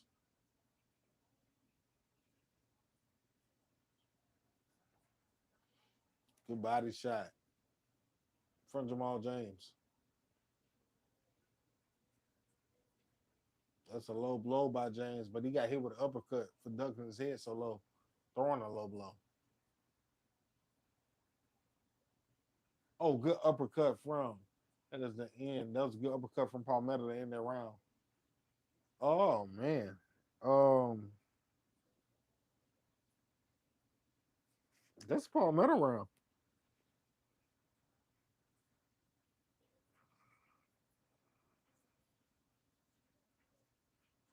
After 6 here rounds, Boxing Club, we have the score. Jamal James 55, Palmetto 59. 59-55 Palmetto.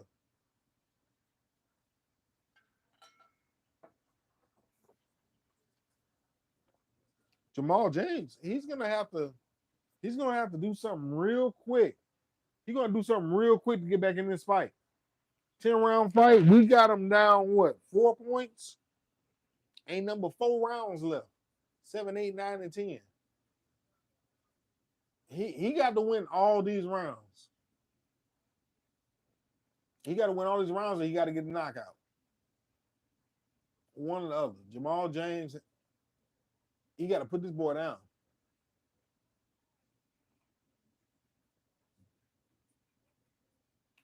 He comes out. He lands 7 of his first 8 punches. Keeps that up, yeah, he might get back in this fight.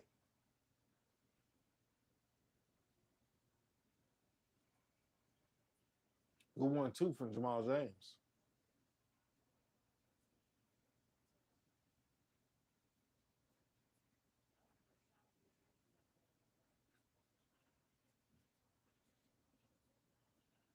Oh, good body shot from Jamal James. They got a 59-56.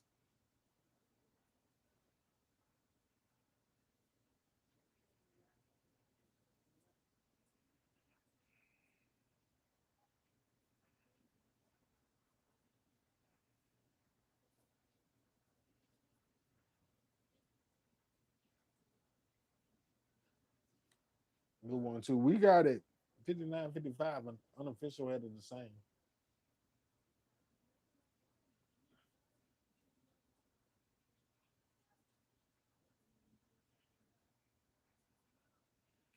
Oh, good jab. Good. James coming on strong. James coming up strong, throwing a barrage of punches. All of them landing. Body, top, body, top. Palmetto's going to have to fight back. Palmetto seems calm, and he's just letting them work. Now Palmetto's starting to go. Palmetto bobbing and weaving.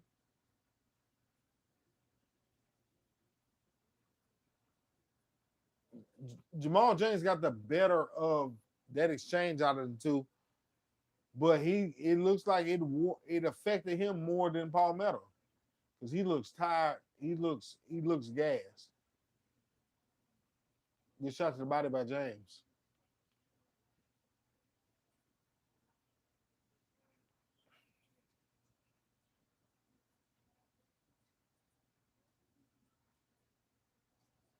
Good 2-punch combination from James. These fighters are fighting right there in the pocket. They're sitting right there. Good 2-punch combination to the body from Palmetto. Palmetto's starting to come on strong these last 24 seconds of the round. Oh, good 2-punch combination from Palmetto, but he eats a shot. He eats another shot. Palmetto has James on the ropes. And James is starting to touch. He finally moves and turns out of the ropes.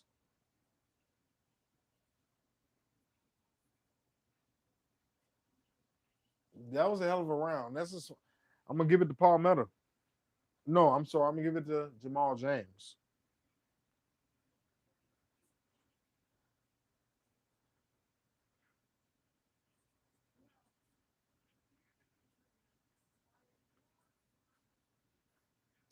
After 7 rounds here at Rounds Boxing Club, we have a Jamal James, 65, Palmetto, 68.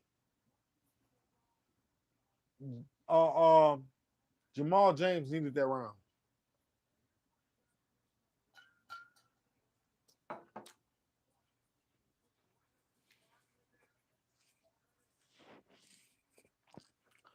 James is cool with giving up the reach advantage.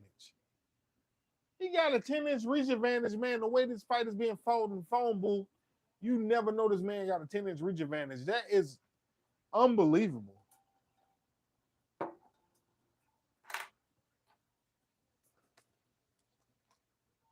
We're in round number 8.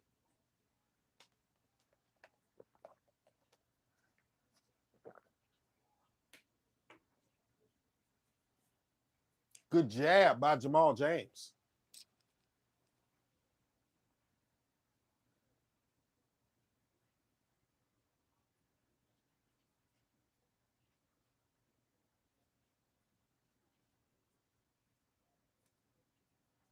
Palmetto is the one controlling the ring, and their Palmetto does it again where he squats low to get Jamal James to come low.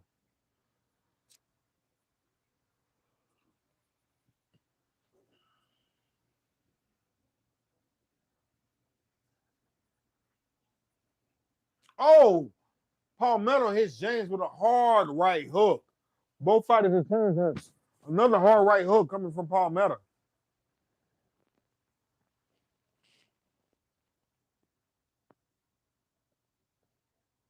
Good body shot from Palmetto. James starting to look a little like fatigue is starting to settle in on James.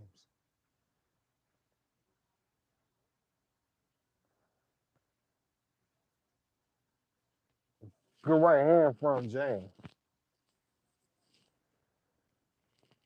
Good 5-punch combination from James.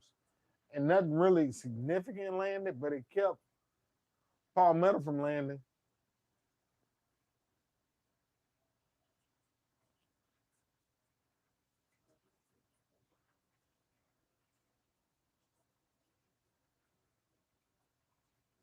Good body shot by Palmetto. Oh, good hook by James.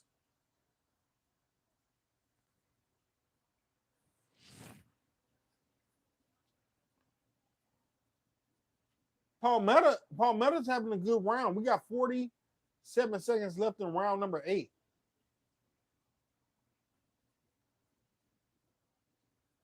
Good shots. Good shots by Palmetto. Oh, good uppercut by Palmetto. This fight is being fought at Palmetto's distance. James is not. There you go. He's popping that jab again. Pop it again. Good shots. There you go, James. James started to throw the good 1-2 combination and put them together. Good body shot, Palmetto. This might have been the best round of the fight. This is a good round. Both Palmetto coming on strong. Last 2 seconds of the round. Woo! That was a swing round. That was a hell of a round. For the sake of boxing, I want to give it to Jamal James. 656J.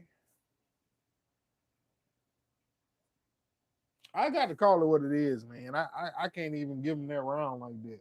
We're going to go with 78. 78. My man got 78. And we're going to give him 74. After 8, 78, 74. If you're watching, we do appreciate it here around Boxing Club. Tell somebody to tell somebody. Hit the subscribe button. Read the shirt. Let's go. Subscribe, like. We do appreciate you watching. If you are anywhere where television and Showtime is available, put it on Showtime. You can watch the fight with us. If not, we're here to bring you this color commentary. All right, right now, we are in round number 9. We'll schedule a 10-round bout between Jamal James and Palmetto.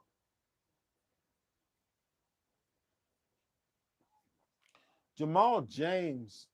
Palmetto is a really good fighter. Oh, good shots. Both fighters exchanged shots. Jamal James threw a hard right hook to the body, and Palmetto threw a hard right hook to the head. Both shots landed. Good jab coming from Jamal James. Jamal James starting to just put his shots out there just to touch his rangefinders. But what that does is it looks wonderful to judges. Oh, oh, good shots. He's starting to come forward a little bit. Good lead hook coming from Palmetto. Good body shot from Palmetto. Good uppercut. Good double jab from Palmetto. Good uppercut again. Jamal James has ate about 6, 7 punches. Another hook from Palmetto. And James comes forward with 2 hard shots. Oh, we got to fight. We got to fight. Then they going toe-to-toe. We halfway through round number 9. Both fighters exchange jabs. Hard 2 coming from Jamal James.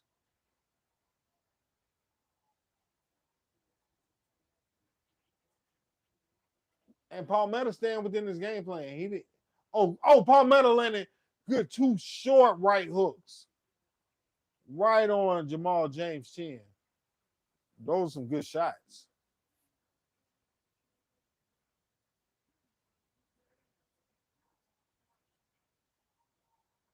James is doing a good job of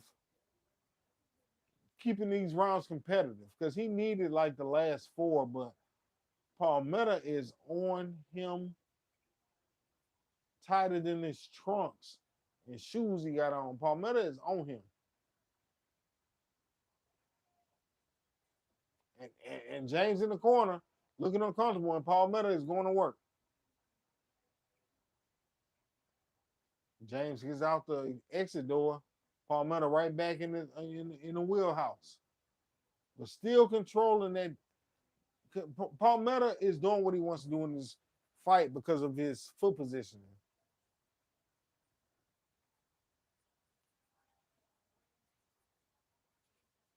Oh, wow. Palmetto. Oh, good shot by James. Good shot by Palmetto to end the round. Good 2 hooks. James puts his hands up, but that was a Palmetto round. As much as I would have liked to give it to James, I picked Jamal James. But here at Rounds Boxing Club, we ain't biased. I got to keep it all the way gusto. Jamal James getting his ass whooped. 8-8.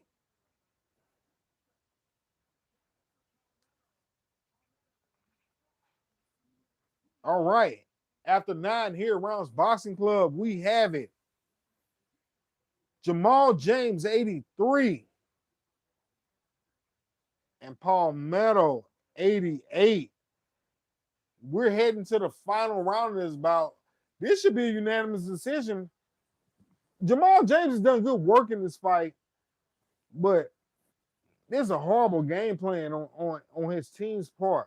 Jamal James needs to knock out to win this fight. Ain't no way this boy got a 10-inch reach advantage and about to get. He gonna lose by unanimous decision.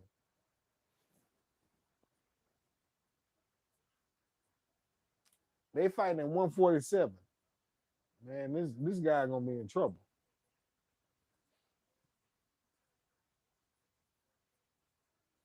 Good shot by Palmetto. Good hook. Palmetto's left hand is consistently getting there.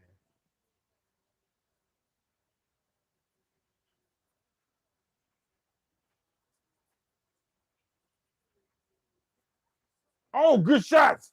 Good shots.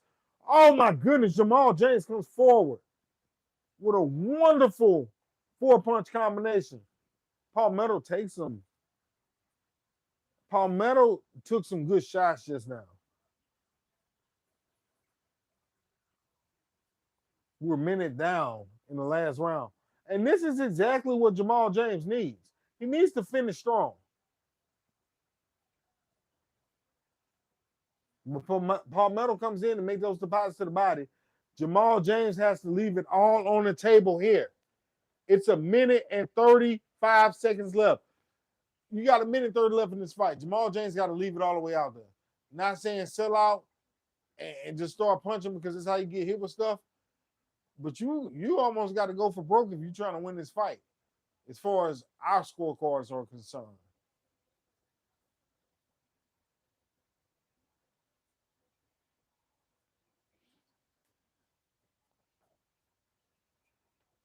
And see, right now, Jamal James, he's fighting like he's up on the scorecards.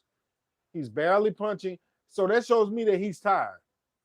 And if Paul Meadow just puts a burst together, he can hit him with something. Hit him with something to hurt him, maybe stop the fight. Well, we within a minute in this fight. I think it's gonna go the distance. Should go to Paul Meadow. Unanimous. It should be no judge on this fight calling this fight for Jamal James. Even though I know he was the favorite heading into this fight. He just got outboxed. He can't fight left. He don't fight southpaws good. This boy's put on a barrage of punches to end the fight. Jamal James in the corner. Last 15 seconds of the fight. Everything, training camp, everything. Let it go. What you walking away for? You losing. You a man or a mouse? He's a mouse. Paul Meadow, and I don't really mean that. The guy's not a mouse. I respect every fighter fighting. If you're watching, we do appreciate it. Please like, subscribe. Hit the like and subscribe button for us. We are on the race to 1,000. We are less than 100 away from 1,000 subscribers. We're trying to build our community up. We got a lot of giveaways coming soon, just trying to get more subscribers. And we got some wonderful, wonderful giveaways planned for you guys. So, yeah, hit the subscribe button. Tell somebody to tell somebody. Rounds Boxing Club is where it's at. We are awaiting a decision. Oh, hold on. I gave that round to Paul Meadow too.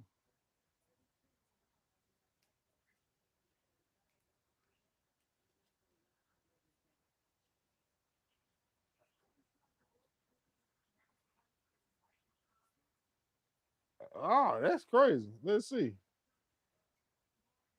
I cannot believe I got this fight like this, but we got it 98-92 for Paul Meadow. We got a 98-92 Paul Meadow. I'm interested to see how this fight is going to be scored.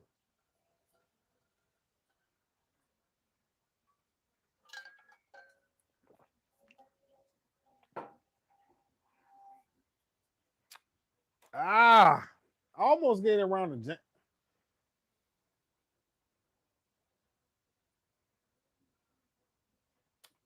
I don't know. As far as these stats go, stats don't tell the fight, but they got Jamal James winning all the stats. They got him.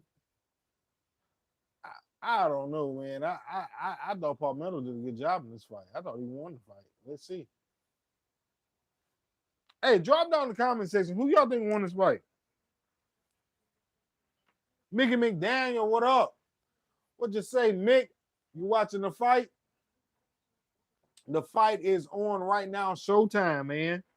We about to have a betting on boxing, hopefully, with this Subriel Matias. Let me see how they score in this fight.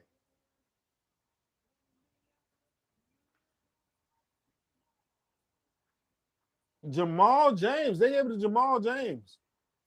Unanimous. I'm gonna have to go back and rewatch that fight because shit, I had Paul Meadow winning that.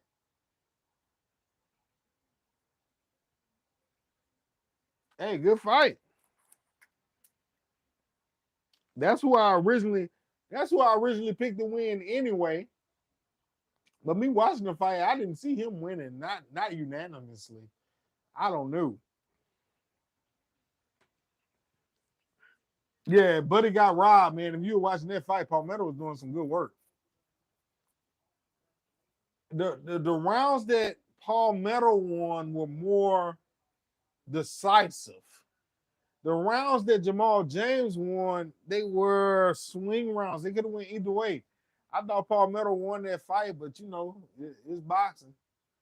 It's boxing. This guy had a 10-inch reach advantage, and shit, he was in a wonderful, wonderful fight. He need to pop that jab a little bit more. If they do a rematch or if he fights somebody else, you know, the attributes might not be. He fight a welterweight just a little bit bigger. Guess what? He in the welterweight division. This man ain't ready for Spence. He ain't ready for Crawford. He ain't ready for Virgil Ortiz. He ain't ready for Stanionis. He ain't ready for Boots Ennis. Sign him up to fight Blair Cobb. Jamal James and Blair Cobb will be a great fight. A great fight. Everybody else, hey, stay away from the cats, man.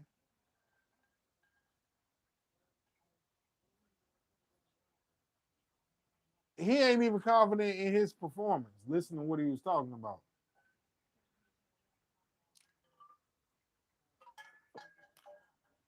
All right, betting on boxing coming up. We should have a main event getting ready to come up. I'm not sure if the lines are still open, but we have it covered for Subriel Matias, 5 through 12. We put $100, we spread it out, rounds 5 through 12, with $100. Not sure how much we put on each round, probably around 15 each round. Each round are different. It's different as far as how much we wager, but that's how we wager. But it's a live fight, man. We about to have a wonderful main event. This card has been a pretty good fight card so far. I had to go back and watch this fight, like I said. Let's go. Let's go. So let's back to what we were talking about. We were talking about boxing movies. If you're watching, what are some of your favorite boxing movies? We talked about one of my favorite boxing movies. We started talking about it right before this fight, so we had to cut the conversation off. Let's pick right back up, and we talked about Great White Hype. Another one of my favorite movies is Digstown. Digstown has Louis Gossett Jr. And that's just a great movie. I also like, of course, I like Ali. Ali with Will Smith, Jada Pinkett, Jamie Foxx. He's in that one as well, just like the Great White Hype.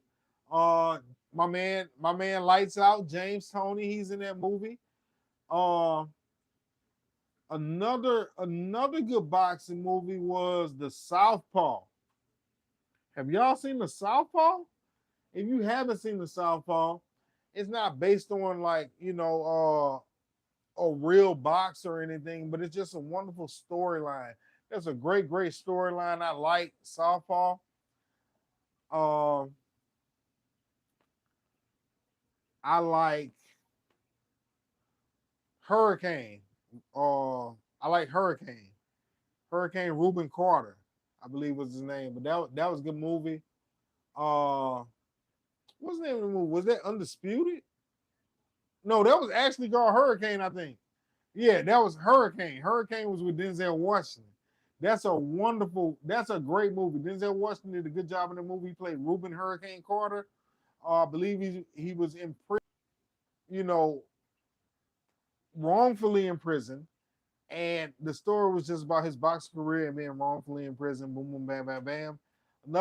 Another good boxing movie with Ving Rhames and Wesley Snipes is Undisputed. That's a great boxing movie. Pretty good boxing movie. I like that one. It doesn't really capture the epitome of boxing, but just a good fight movie, and it's about boxing. Now, real boxing movies, you can't help. Let's rank the Rockies. Let's rank the Rocky series right now while we're in between fights. Forget the boxing movies. Let's rank all of the Rocky movies. We got top to bottom. There was a Rocky 6 too, so we're gonna say Rocky 6. But anyway, I normally don't count Rocky 6. Well, Rocky. Let's see. So we're gonna go. The best Rocky is the first one. Rocky 1 is the best, if not best boxing movie, but the best Rocky. The second best Rocky, ah,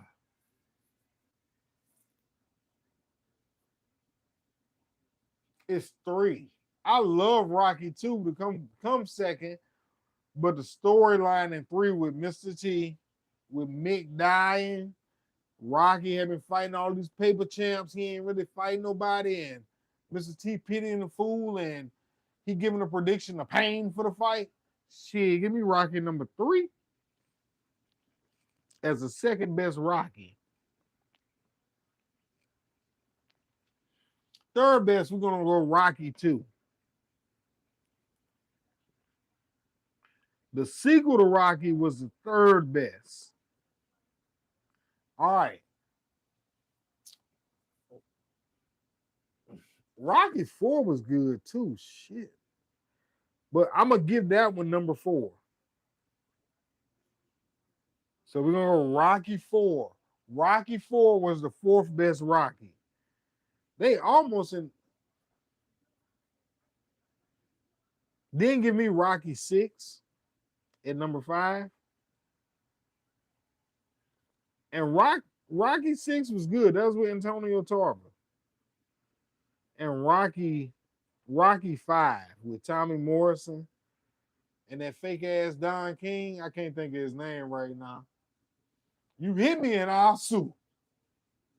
Man, that was the worst Rocky, but it was still a great movie, great franchise. I can't wait to see Creed. Man, that's gonna be a wonderful movie.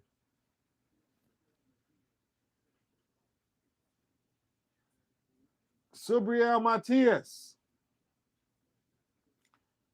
He has been honest and came out and blatantly said either he winning this fight by knockout or he getting his ass knocked out. So here we go. I like the warming up they're doing. I like the training. We are ready to go. Main event is on the way. Let's talk about some quick boxing news. Quick boxing news. What is up with the PBC? Have y'all heard about Andy Ruiz? I'm hearing through the grapevine, not sure how accurate or inaccurate it is, but I'm pretty sure it's accurate. I'm hearing that Andy Ruiz is leaving Al Heyman and the PBC. He has not signed anybody else yet, as of yet, but I'm hearing that they are parting ways. Interesting. Really, really interesting. A lot of big names in PBC are starting to fizzle out.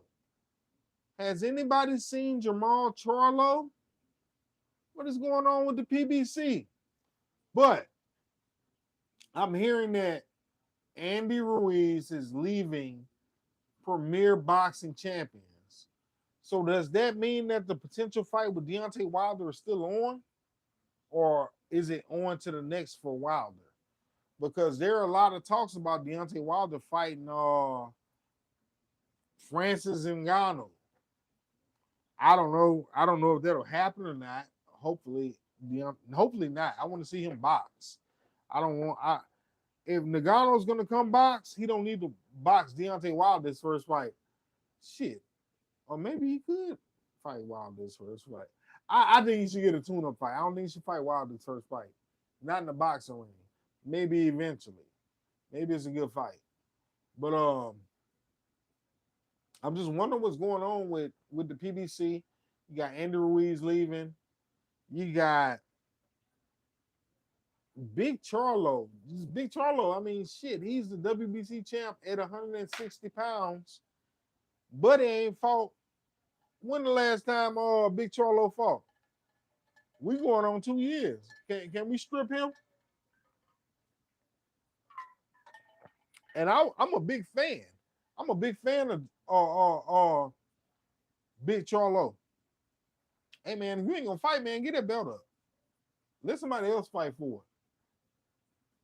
You know, all you want was a Canelo the big fight, and I'm hearing he has mental health. I'm praying for him. I hope he gets better.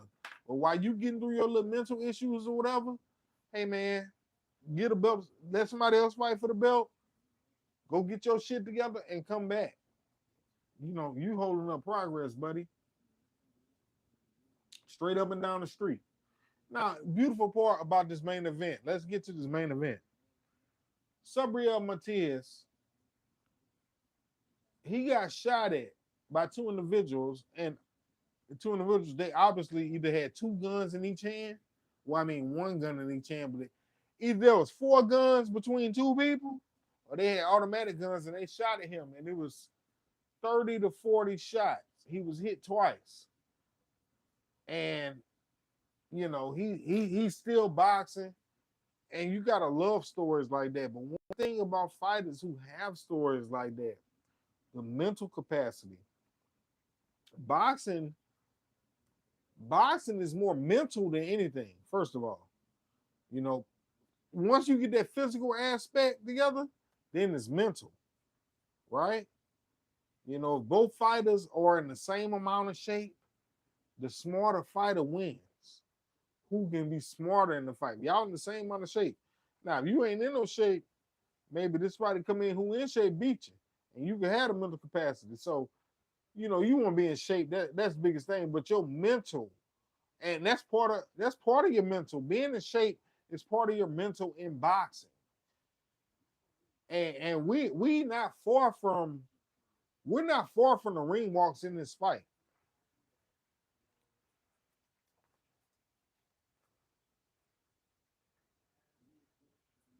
We're getting ready for the main event of this three fight card.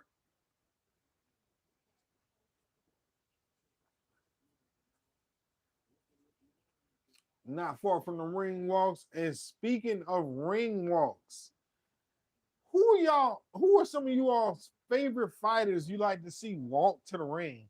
Like some of your favorite ring walks of all time.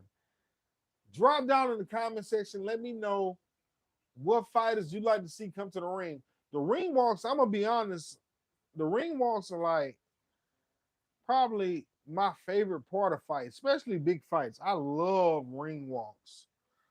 That's when the fighter, to me, you know, you get to soak in everything you worked for.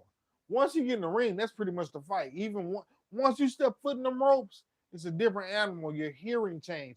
You're not as you still hear stuff outside the ring, but it's just not the same. That animal instinct is like being a animal in the zoo. That boxer instinct comes in as soon as you step foot in those ropes.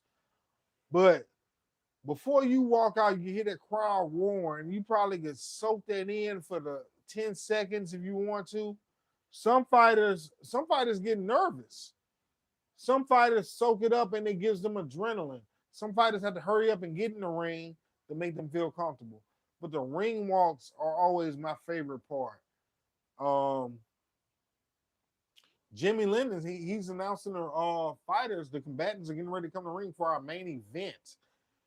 We'll have to talk about favorite ring walks on another live stream. Before this main event start, let's talk about how we got it bet. I'm gonna actually go in. I'm gonna go in and talk about the bets that we got going on. Jeremias Ponce on his way to the ring. He has just been announced and he's making his ring walk as we speak. All right.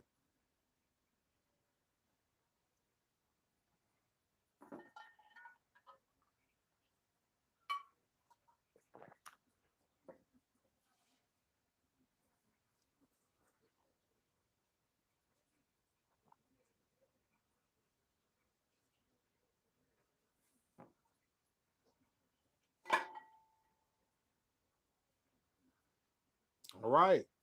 Jeremias Ponce is Argentinian, is an Argentinian.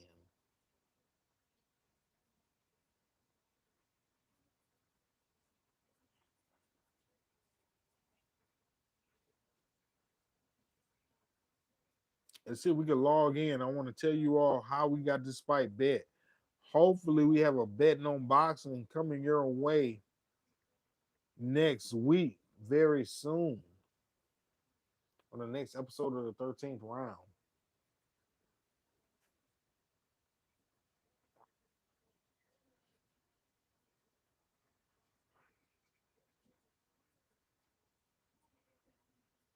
Also, if you guys are watching and you have a bet placed on this fight, let me know how you bet. Let's talk about it, man.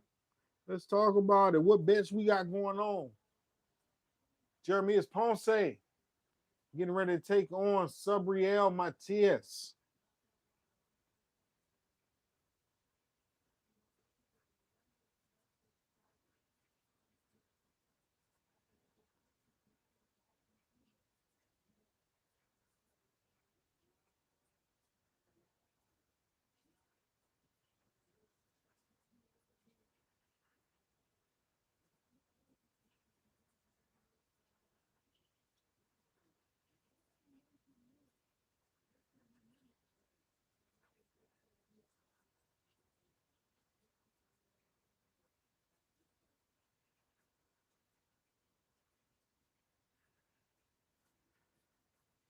All right, let's go. Jeremias Ponce in the ring. Jeremias Ponce looks really confident right now. Now, Subriel Matias, he is the number 2 contender in the IBF.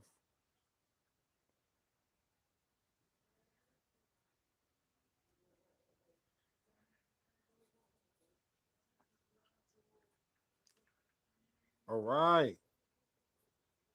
Subriel Matias, I don't know what this guy is singing. If it's his national anthem for Puerto Rico, I don't think it's the national anthem, but he got somebody singing a cappella as he walk out. Ain't no telling what that man singing.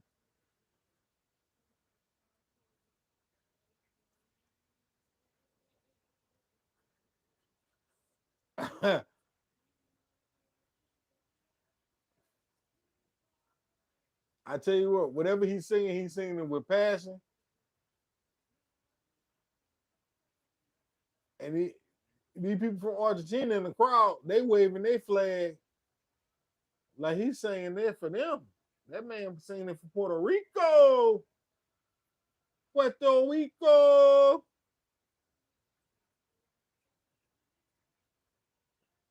You gotta like Subriel Matias. He wears that ski mask out every time. But one thing you know about Matias is he's a puncher. He's coming to fight, and he gonna give you your money's worth every time. We got our money on Subriel Matias anytime after round number 4. We spread $100 around. All right, I'm about to try and log in now to tell you exactly how we got it. I tried to pinpoint round 7, 8, and 9 in this fight.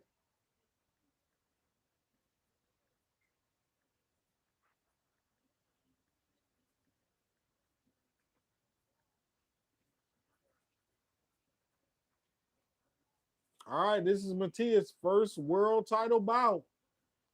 And Subriel Matias, I don't know if you saw it, but he said he's either going to win this fight by getting a knockout or getting knocked out.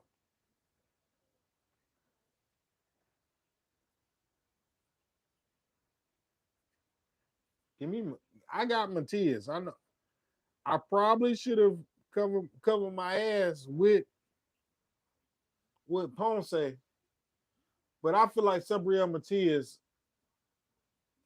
I I feel like Matias is gonna do his thing tonight. I do. It to me is now or never for Matias. So I put my money on Matias. There's no 3 knockdown rule. Only the referee can stop the fight. A fighter cannot be saved by the bell, and the fight is official after 4 rounds. Both fighters are in the ring.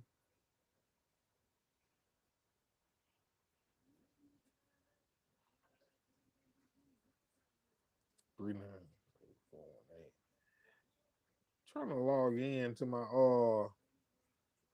my sports wager site. Let's see if I can get there. We getting close to this fight. I know if I'm in the money. Look, 5 through 12. That's all we need. I need Subriel Matias 5 through 12.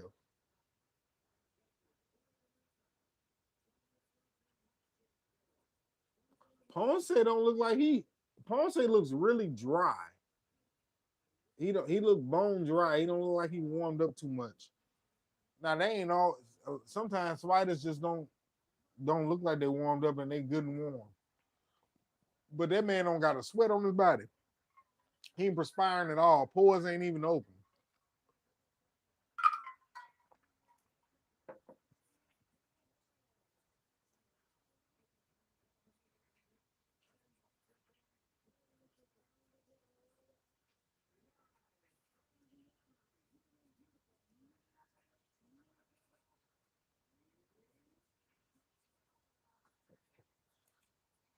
He about to hit us with that line. All right, fight fans, here we go.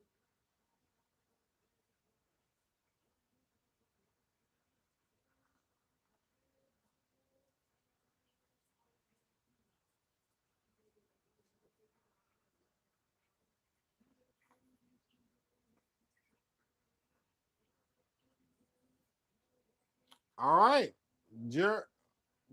Jeremias Ponce, undefeated, 31-0.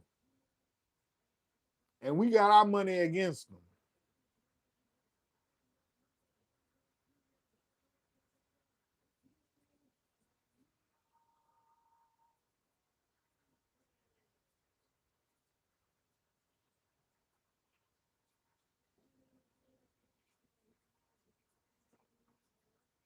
Oh, yeah. Oh, yeah. Subriel Matias. My man got that South of France going. That's a haircut, right? I got that South of France too, but I got a shag in the back of mine. Mine ain't all even going to the back. Let's go. I'm going to call it unbiased. Unbiased, but I got my money on Subriel Matias. Let's go. Let's make something shake. El Julio.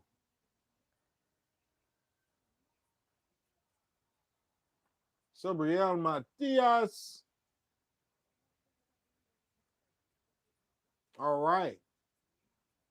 Both fighters to the center ring for instructions.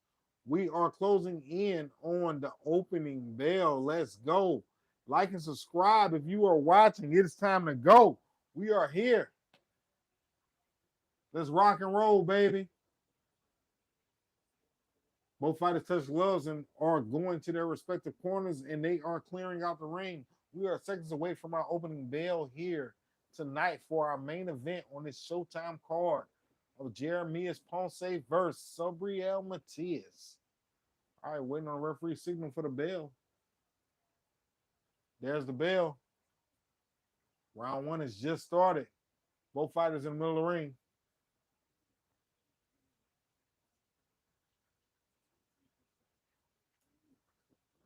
Now we got two orthodox fighters in this matchup.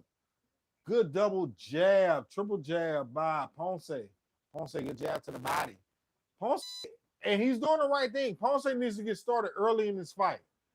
I do not see this fight going a distance. I see this fight, somebody's getting stopped. Ponce is already throwing hard shots to the body. We know Ponce is a wonderful body puncher. And Ponce is landing some wonderful shots early in this fight already. Oh, he's landing shots on Matias. Matias sitting there in the pocket, nice. But Ponce is throwing some hard shots early in this fight. Will he punch himself out? Matias looks unfazed, but he's getting hit with some shots.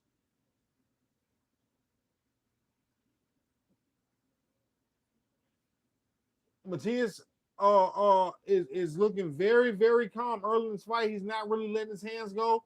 He's letting Ponce punch. And Ponce has been landing effectively. Regardless of their hurting shots, I've seen his head snap back. This boy, Matias is getting hit with some shots early in this fight. This guy has thrown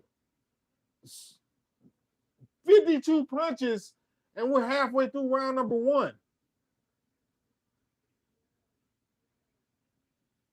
This is a hell of a game plan. There is no filling out process.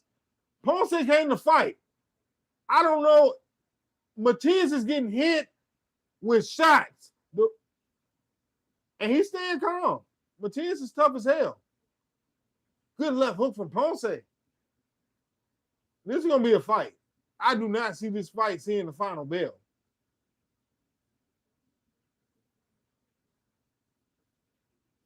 There is no way that Ponce can keep his pace up throughout this whole fight. But that's the way you stop a pressure fighter, with pressure yourself. But Matias has not taken one step back. All these hard shots he's getting hit with, he ain't took one step back. His head may have snapped back. I'd have seen his ass say yes and say no. But he is right there. He's still right there in the pocket. Good jab coming from both fighters. Regardless of what happened, this is a Ponce round.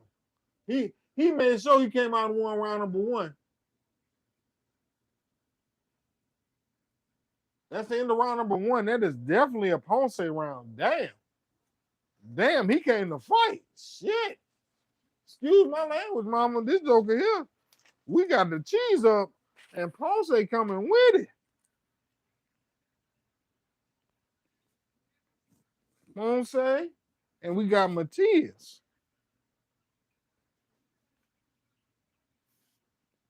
Matias only threw 38 punches. Ponce threw 52 before halfway through round number 1.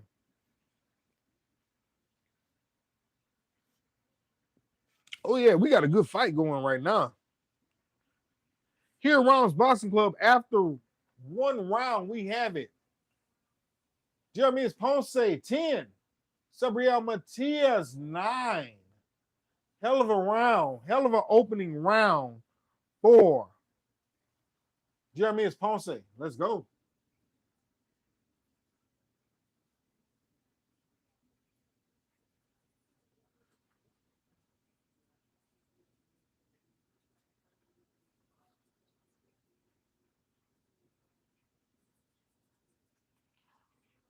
Ponce is coming out, and he's keeping up that relentless pace. He's throwing some hard shots to the body and to upstairs, and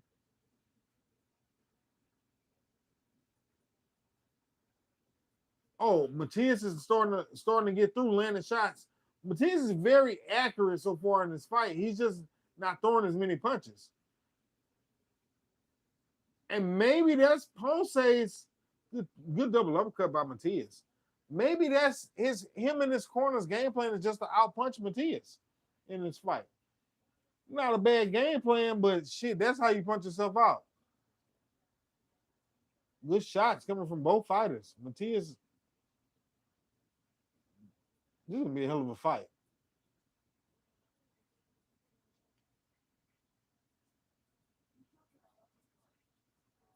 You know, one thing I said, I talked about this fight, and I thought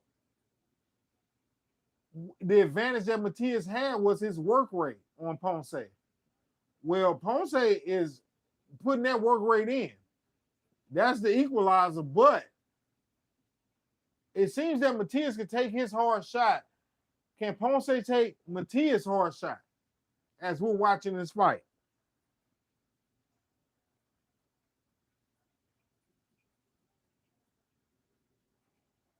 Oh, good left hook from Matias. Both fighters exchange hooks. If this fight makes it the distance going at this pace, this definitely will be the fight of the year. No way this fight goes the distance. These boys are scrapping. Matias looks like he may have hurt Ponce early. This is a Ponce round so far, but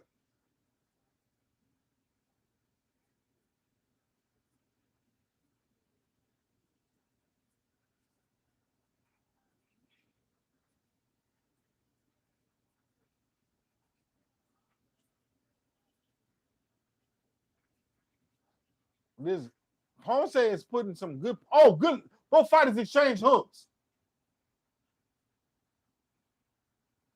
They're fighting in the middle of the ring. This is a phone booth fight. This is a wonderful fight.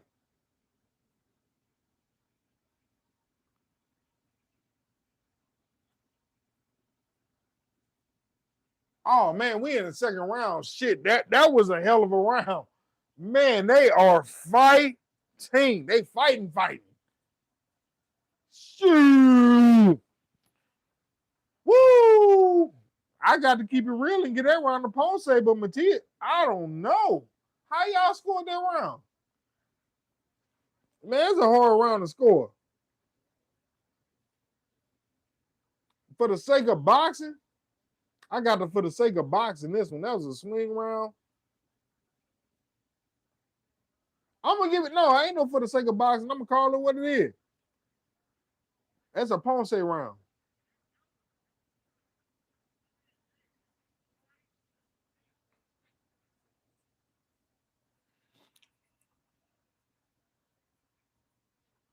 After 2, we got it. Jeremias Ponce 20. Subriel Matias 18. I thought Matias landed better shots in that round, but early, Ponce was just that much more active. And you see Matias starting to up his output. These guys are throwing shots. These guys are throwing shots. This is they giving us our money worth. Damn, we didn't even pay for this one. PBC missed it. This is a fight. This is a fight. These guys are fighting. Good body shots from both fighters.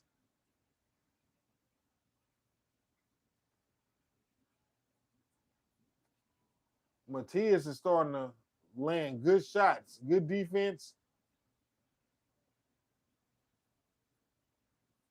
Ponce is starting to throw that overhand right.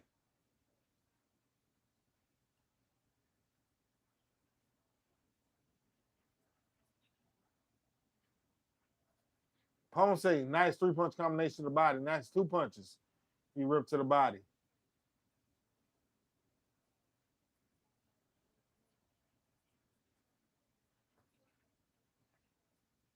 Low blow by Ponce. Ref didn't call it.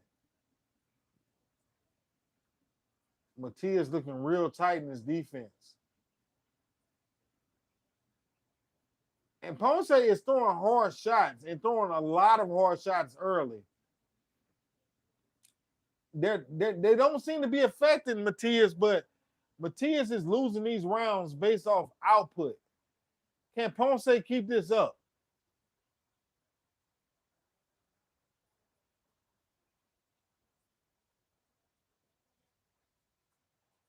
Oh, Matias is starting to counter him really, really nice. He's picked up. Oh, Matias is picking up. Oh, good shots by Matias. Good shots coming back from Ponce. Man, this is a hell of a fight.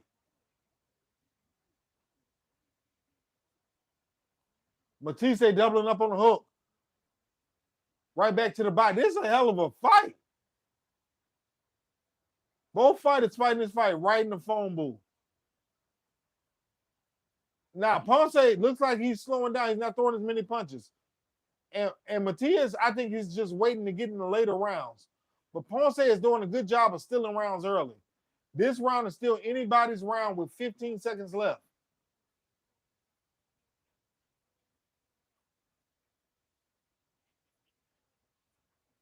Oh, good shots by Matias, I'm sorry. Oh, Matias let off a nice combination in that round, but he got hit with a hook coming out the exchange. But I'm still giving that round to Matias. That was a wonderful, wonderful ball. Second and third round were close in this fight. That first round, you had to give it to Ponce just on sheer brute volume. But right now, after 3, we have it 28-29, Jeremias Ponce. A lot of these shots, Ponce's throwing a lot of shots, but a lot of them are hitting gloves. But it looks good. A lot of them are hitting gloves. If you look at Matias' shots, they are getting through and they're landing.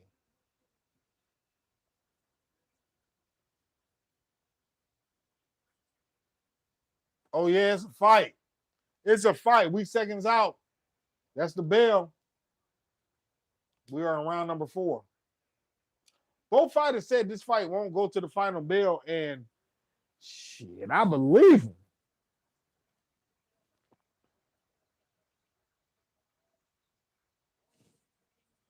Ponce don't know how to lose, though. He undefeated. We got our money on Matias.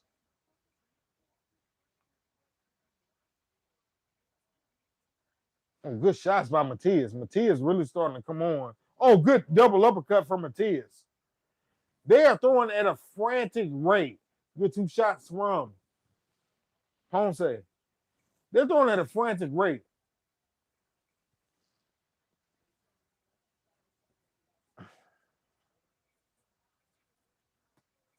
Good body shots from Ponce.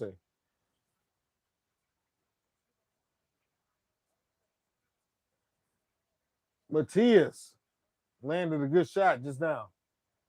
Good 2-punch combination from Matias. Right answer right back by Ponce.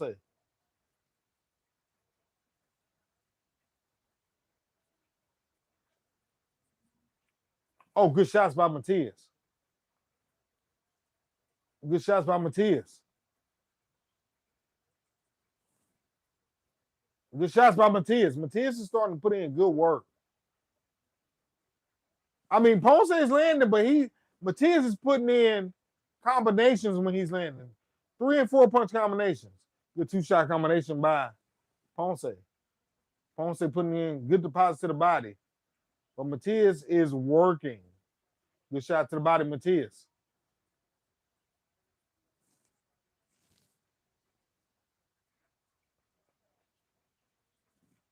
Matias does a great job mixing his defense with offense.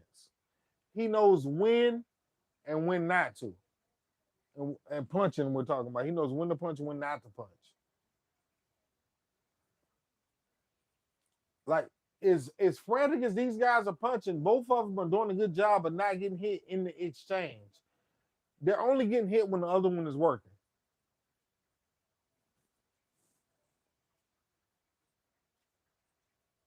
Matias, Ponce just made a little move just now, and I felt like his legs wasn't all the way under him.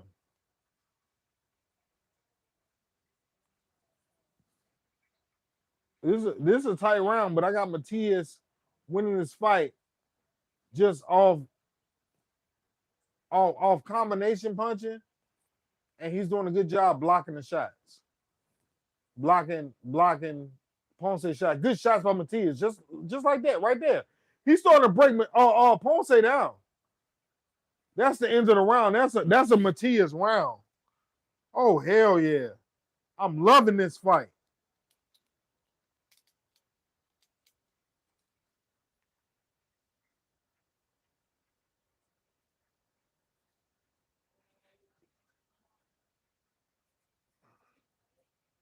After 5 here at Rounds Boxing Club, we have it all tied. I'm sorry. After 4 rounds here at Rounds Boxing Club, we have this fight all tied up. 38, anybody's fight. This fight is wonderful. This is a great fight. This is a great main event. Who y'all got winning this fight? Hit me up, drop down in the comment section. Who y'all got winning after 4? Bing.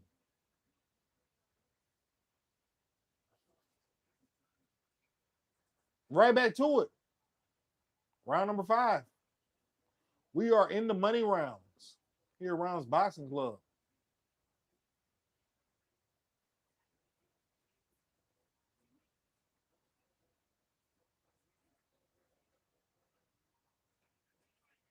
This fight means a lot in the 140-pound division.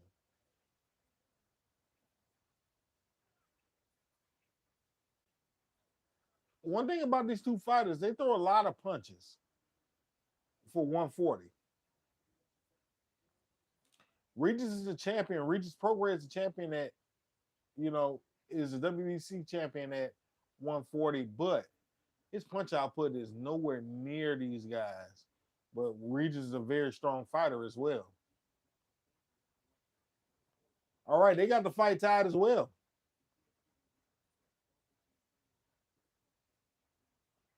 Wonderful fight. This is a wonderful fight.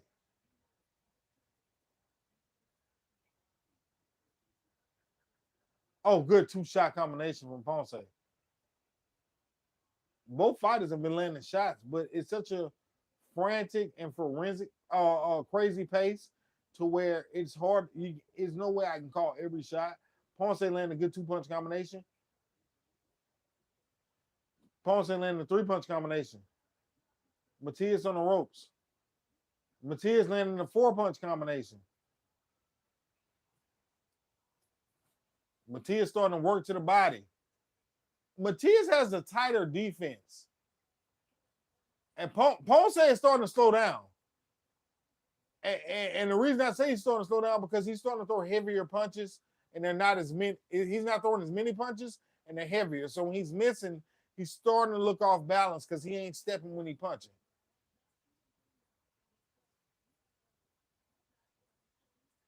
Matias looks calm. Good shot from Matias. Good short hook from Matias. Oh, good shot from Matias. This is a wonderful fight.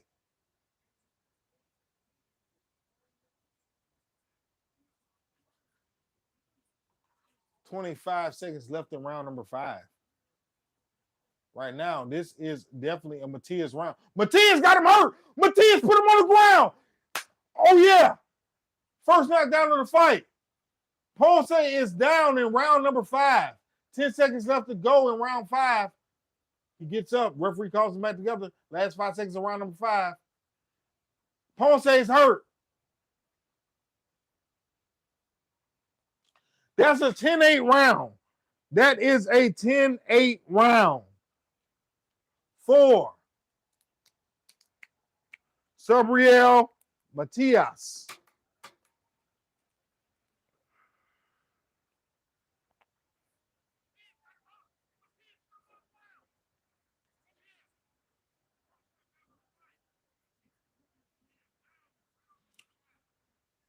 After 5 here at Rounds Boxing Club, we have the scorecards 48-46, Subriel Matias over Jeremias Ponce. Ponce looks worse for the wear right now. And we put our money on rounds 5 through 12. And round 5, he went down for the first time. And to me, Ponce, I think he punched himself out early.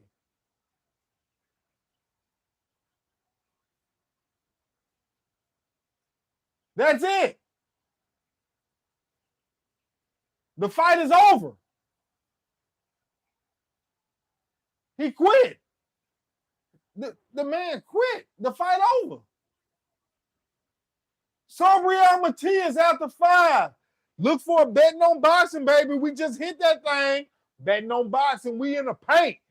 Round number 5. Subriel Matias has just won the championship. We're waiting on the official announcement. Oh, yes. We're in the money. We're in the money. Yeah. Let's go.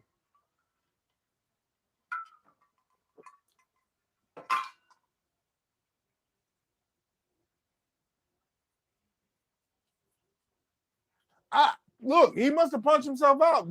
His corner called it. That's it.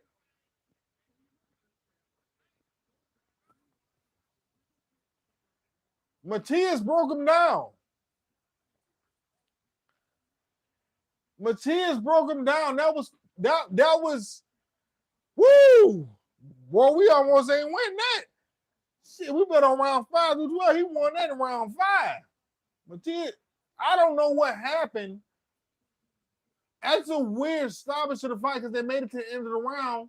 But when it came time to come out for round number 6, Buddy didn't get off the stool. He didn't get off the stool. That was it. They called the fight.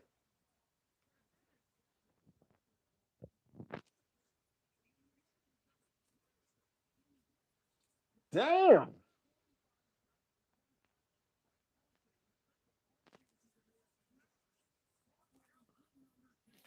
They were at a brutal rate in this fight. After 5 rounds, Subriel Matias threw 398 punches, and Jeremias Ponce had threw 405. They weren't even halfway through the fight. That is wow. We're just waiting on the official announcement. Betting on boxing coming your way soon. Oh yeah. Oh yeah. Good money right there. Let's see what happened. They're showing the corner. I'll tell you.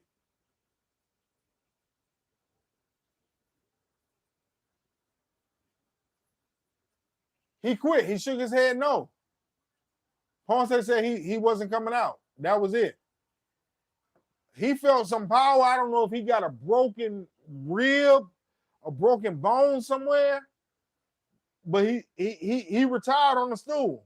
He said he wasn't coming out for another round. That was it.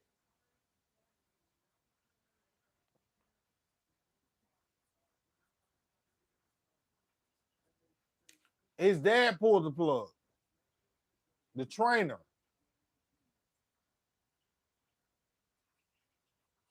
Yeah, here we go. Official announcement.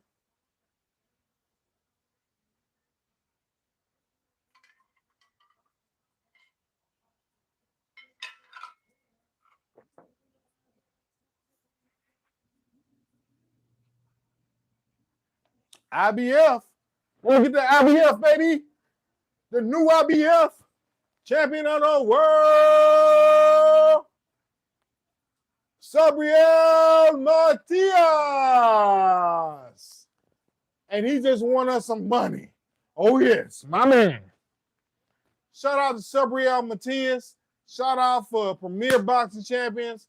Shout out to Showtime Boxing.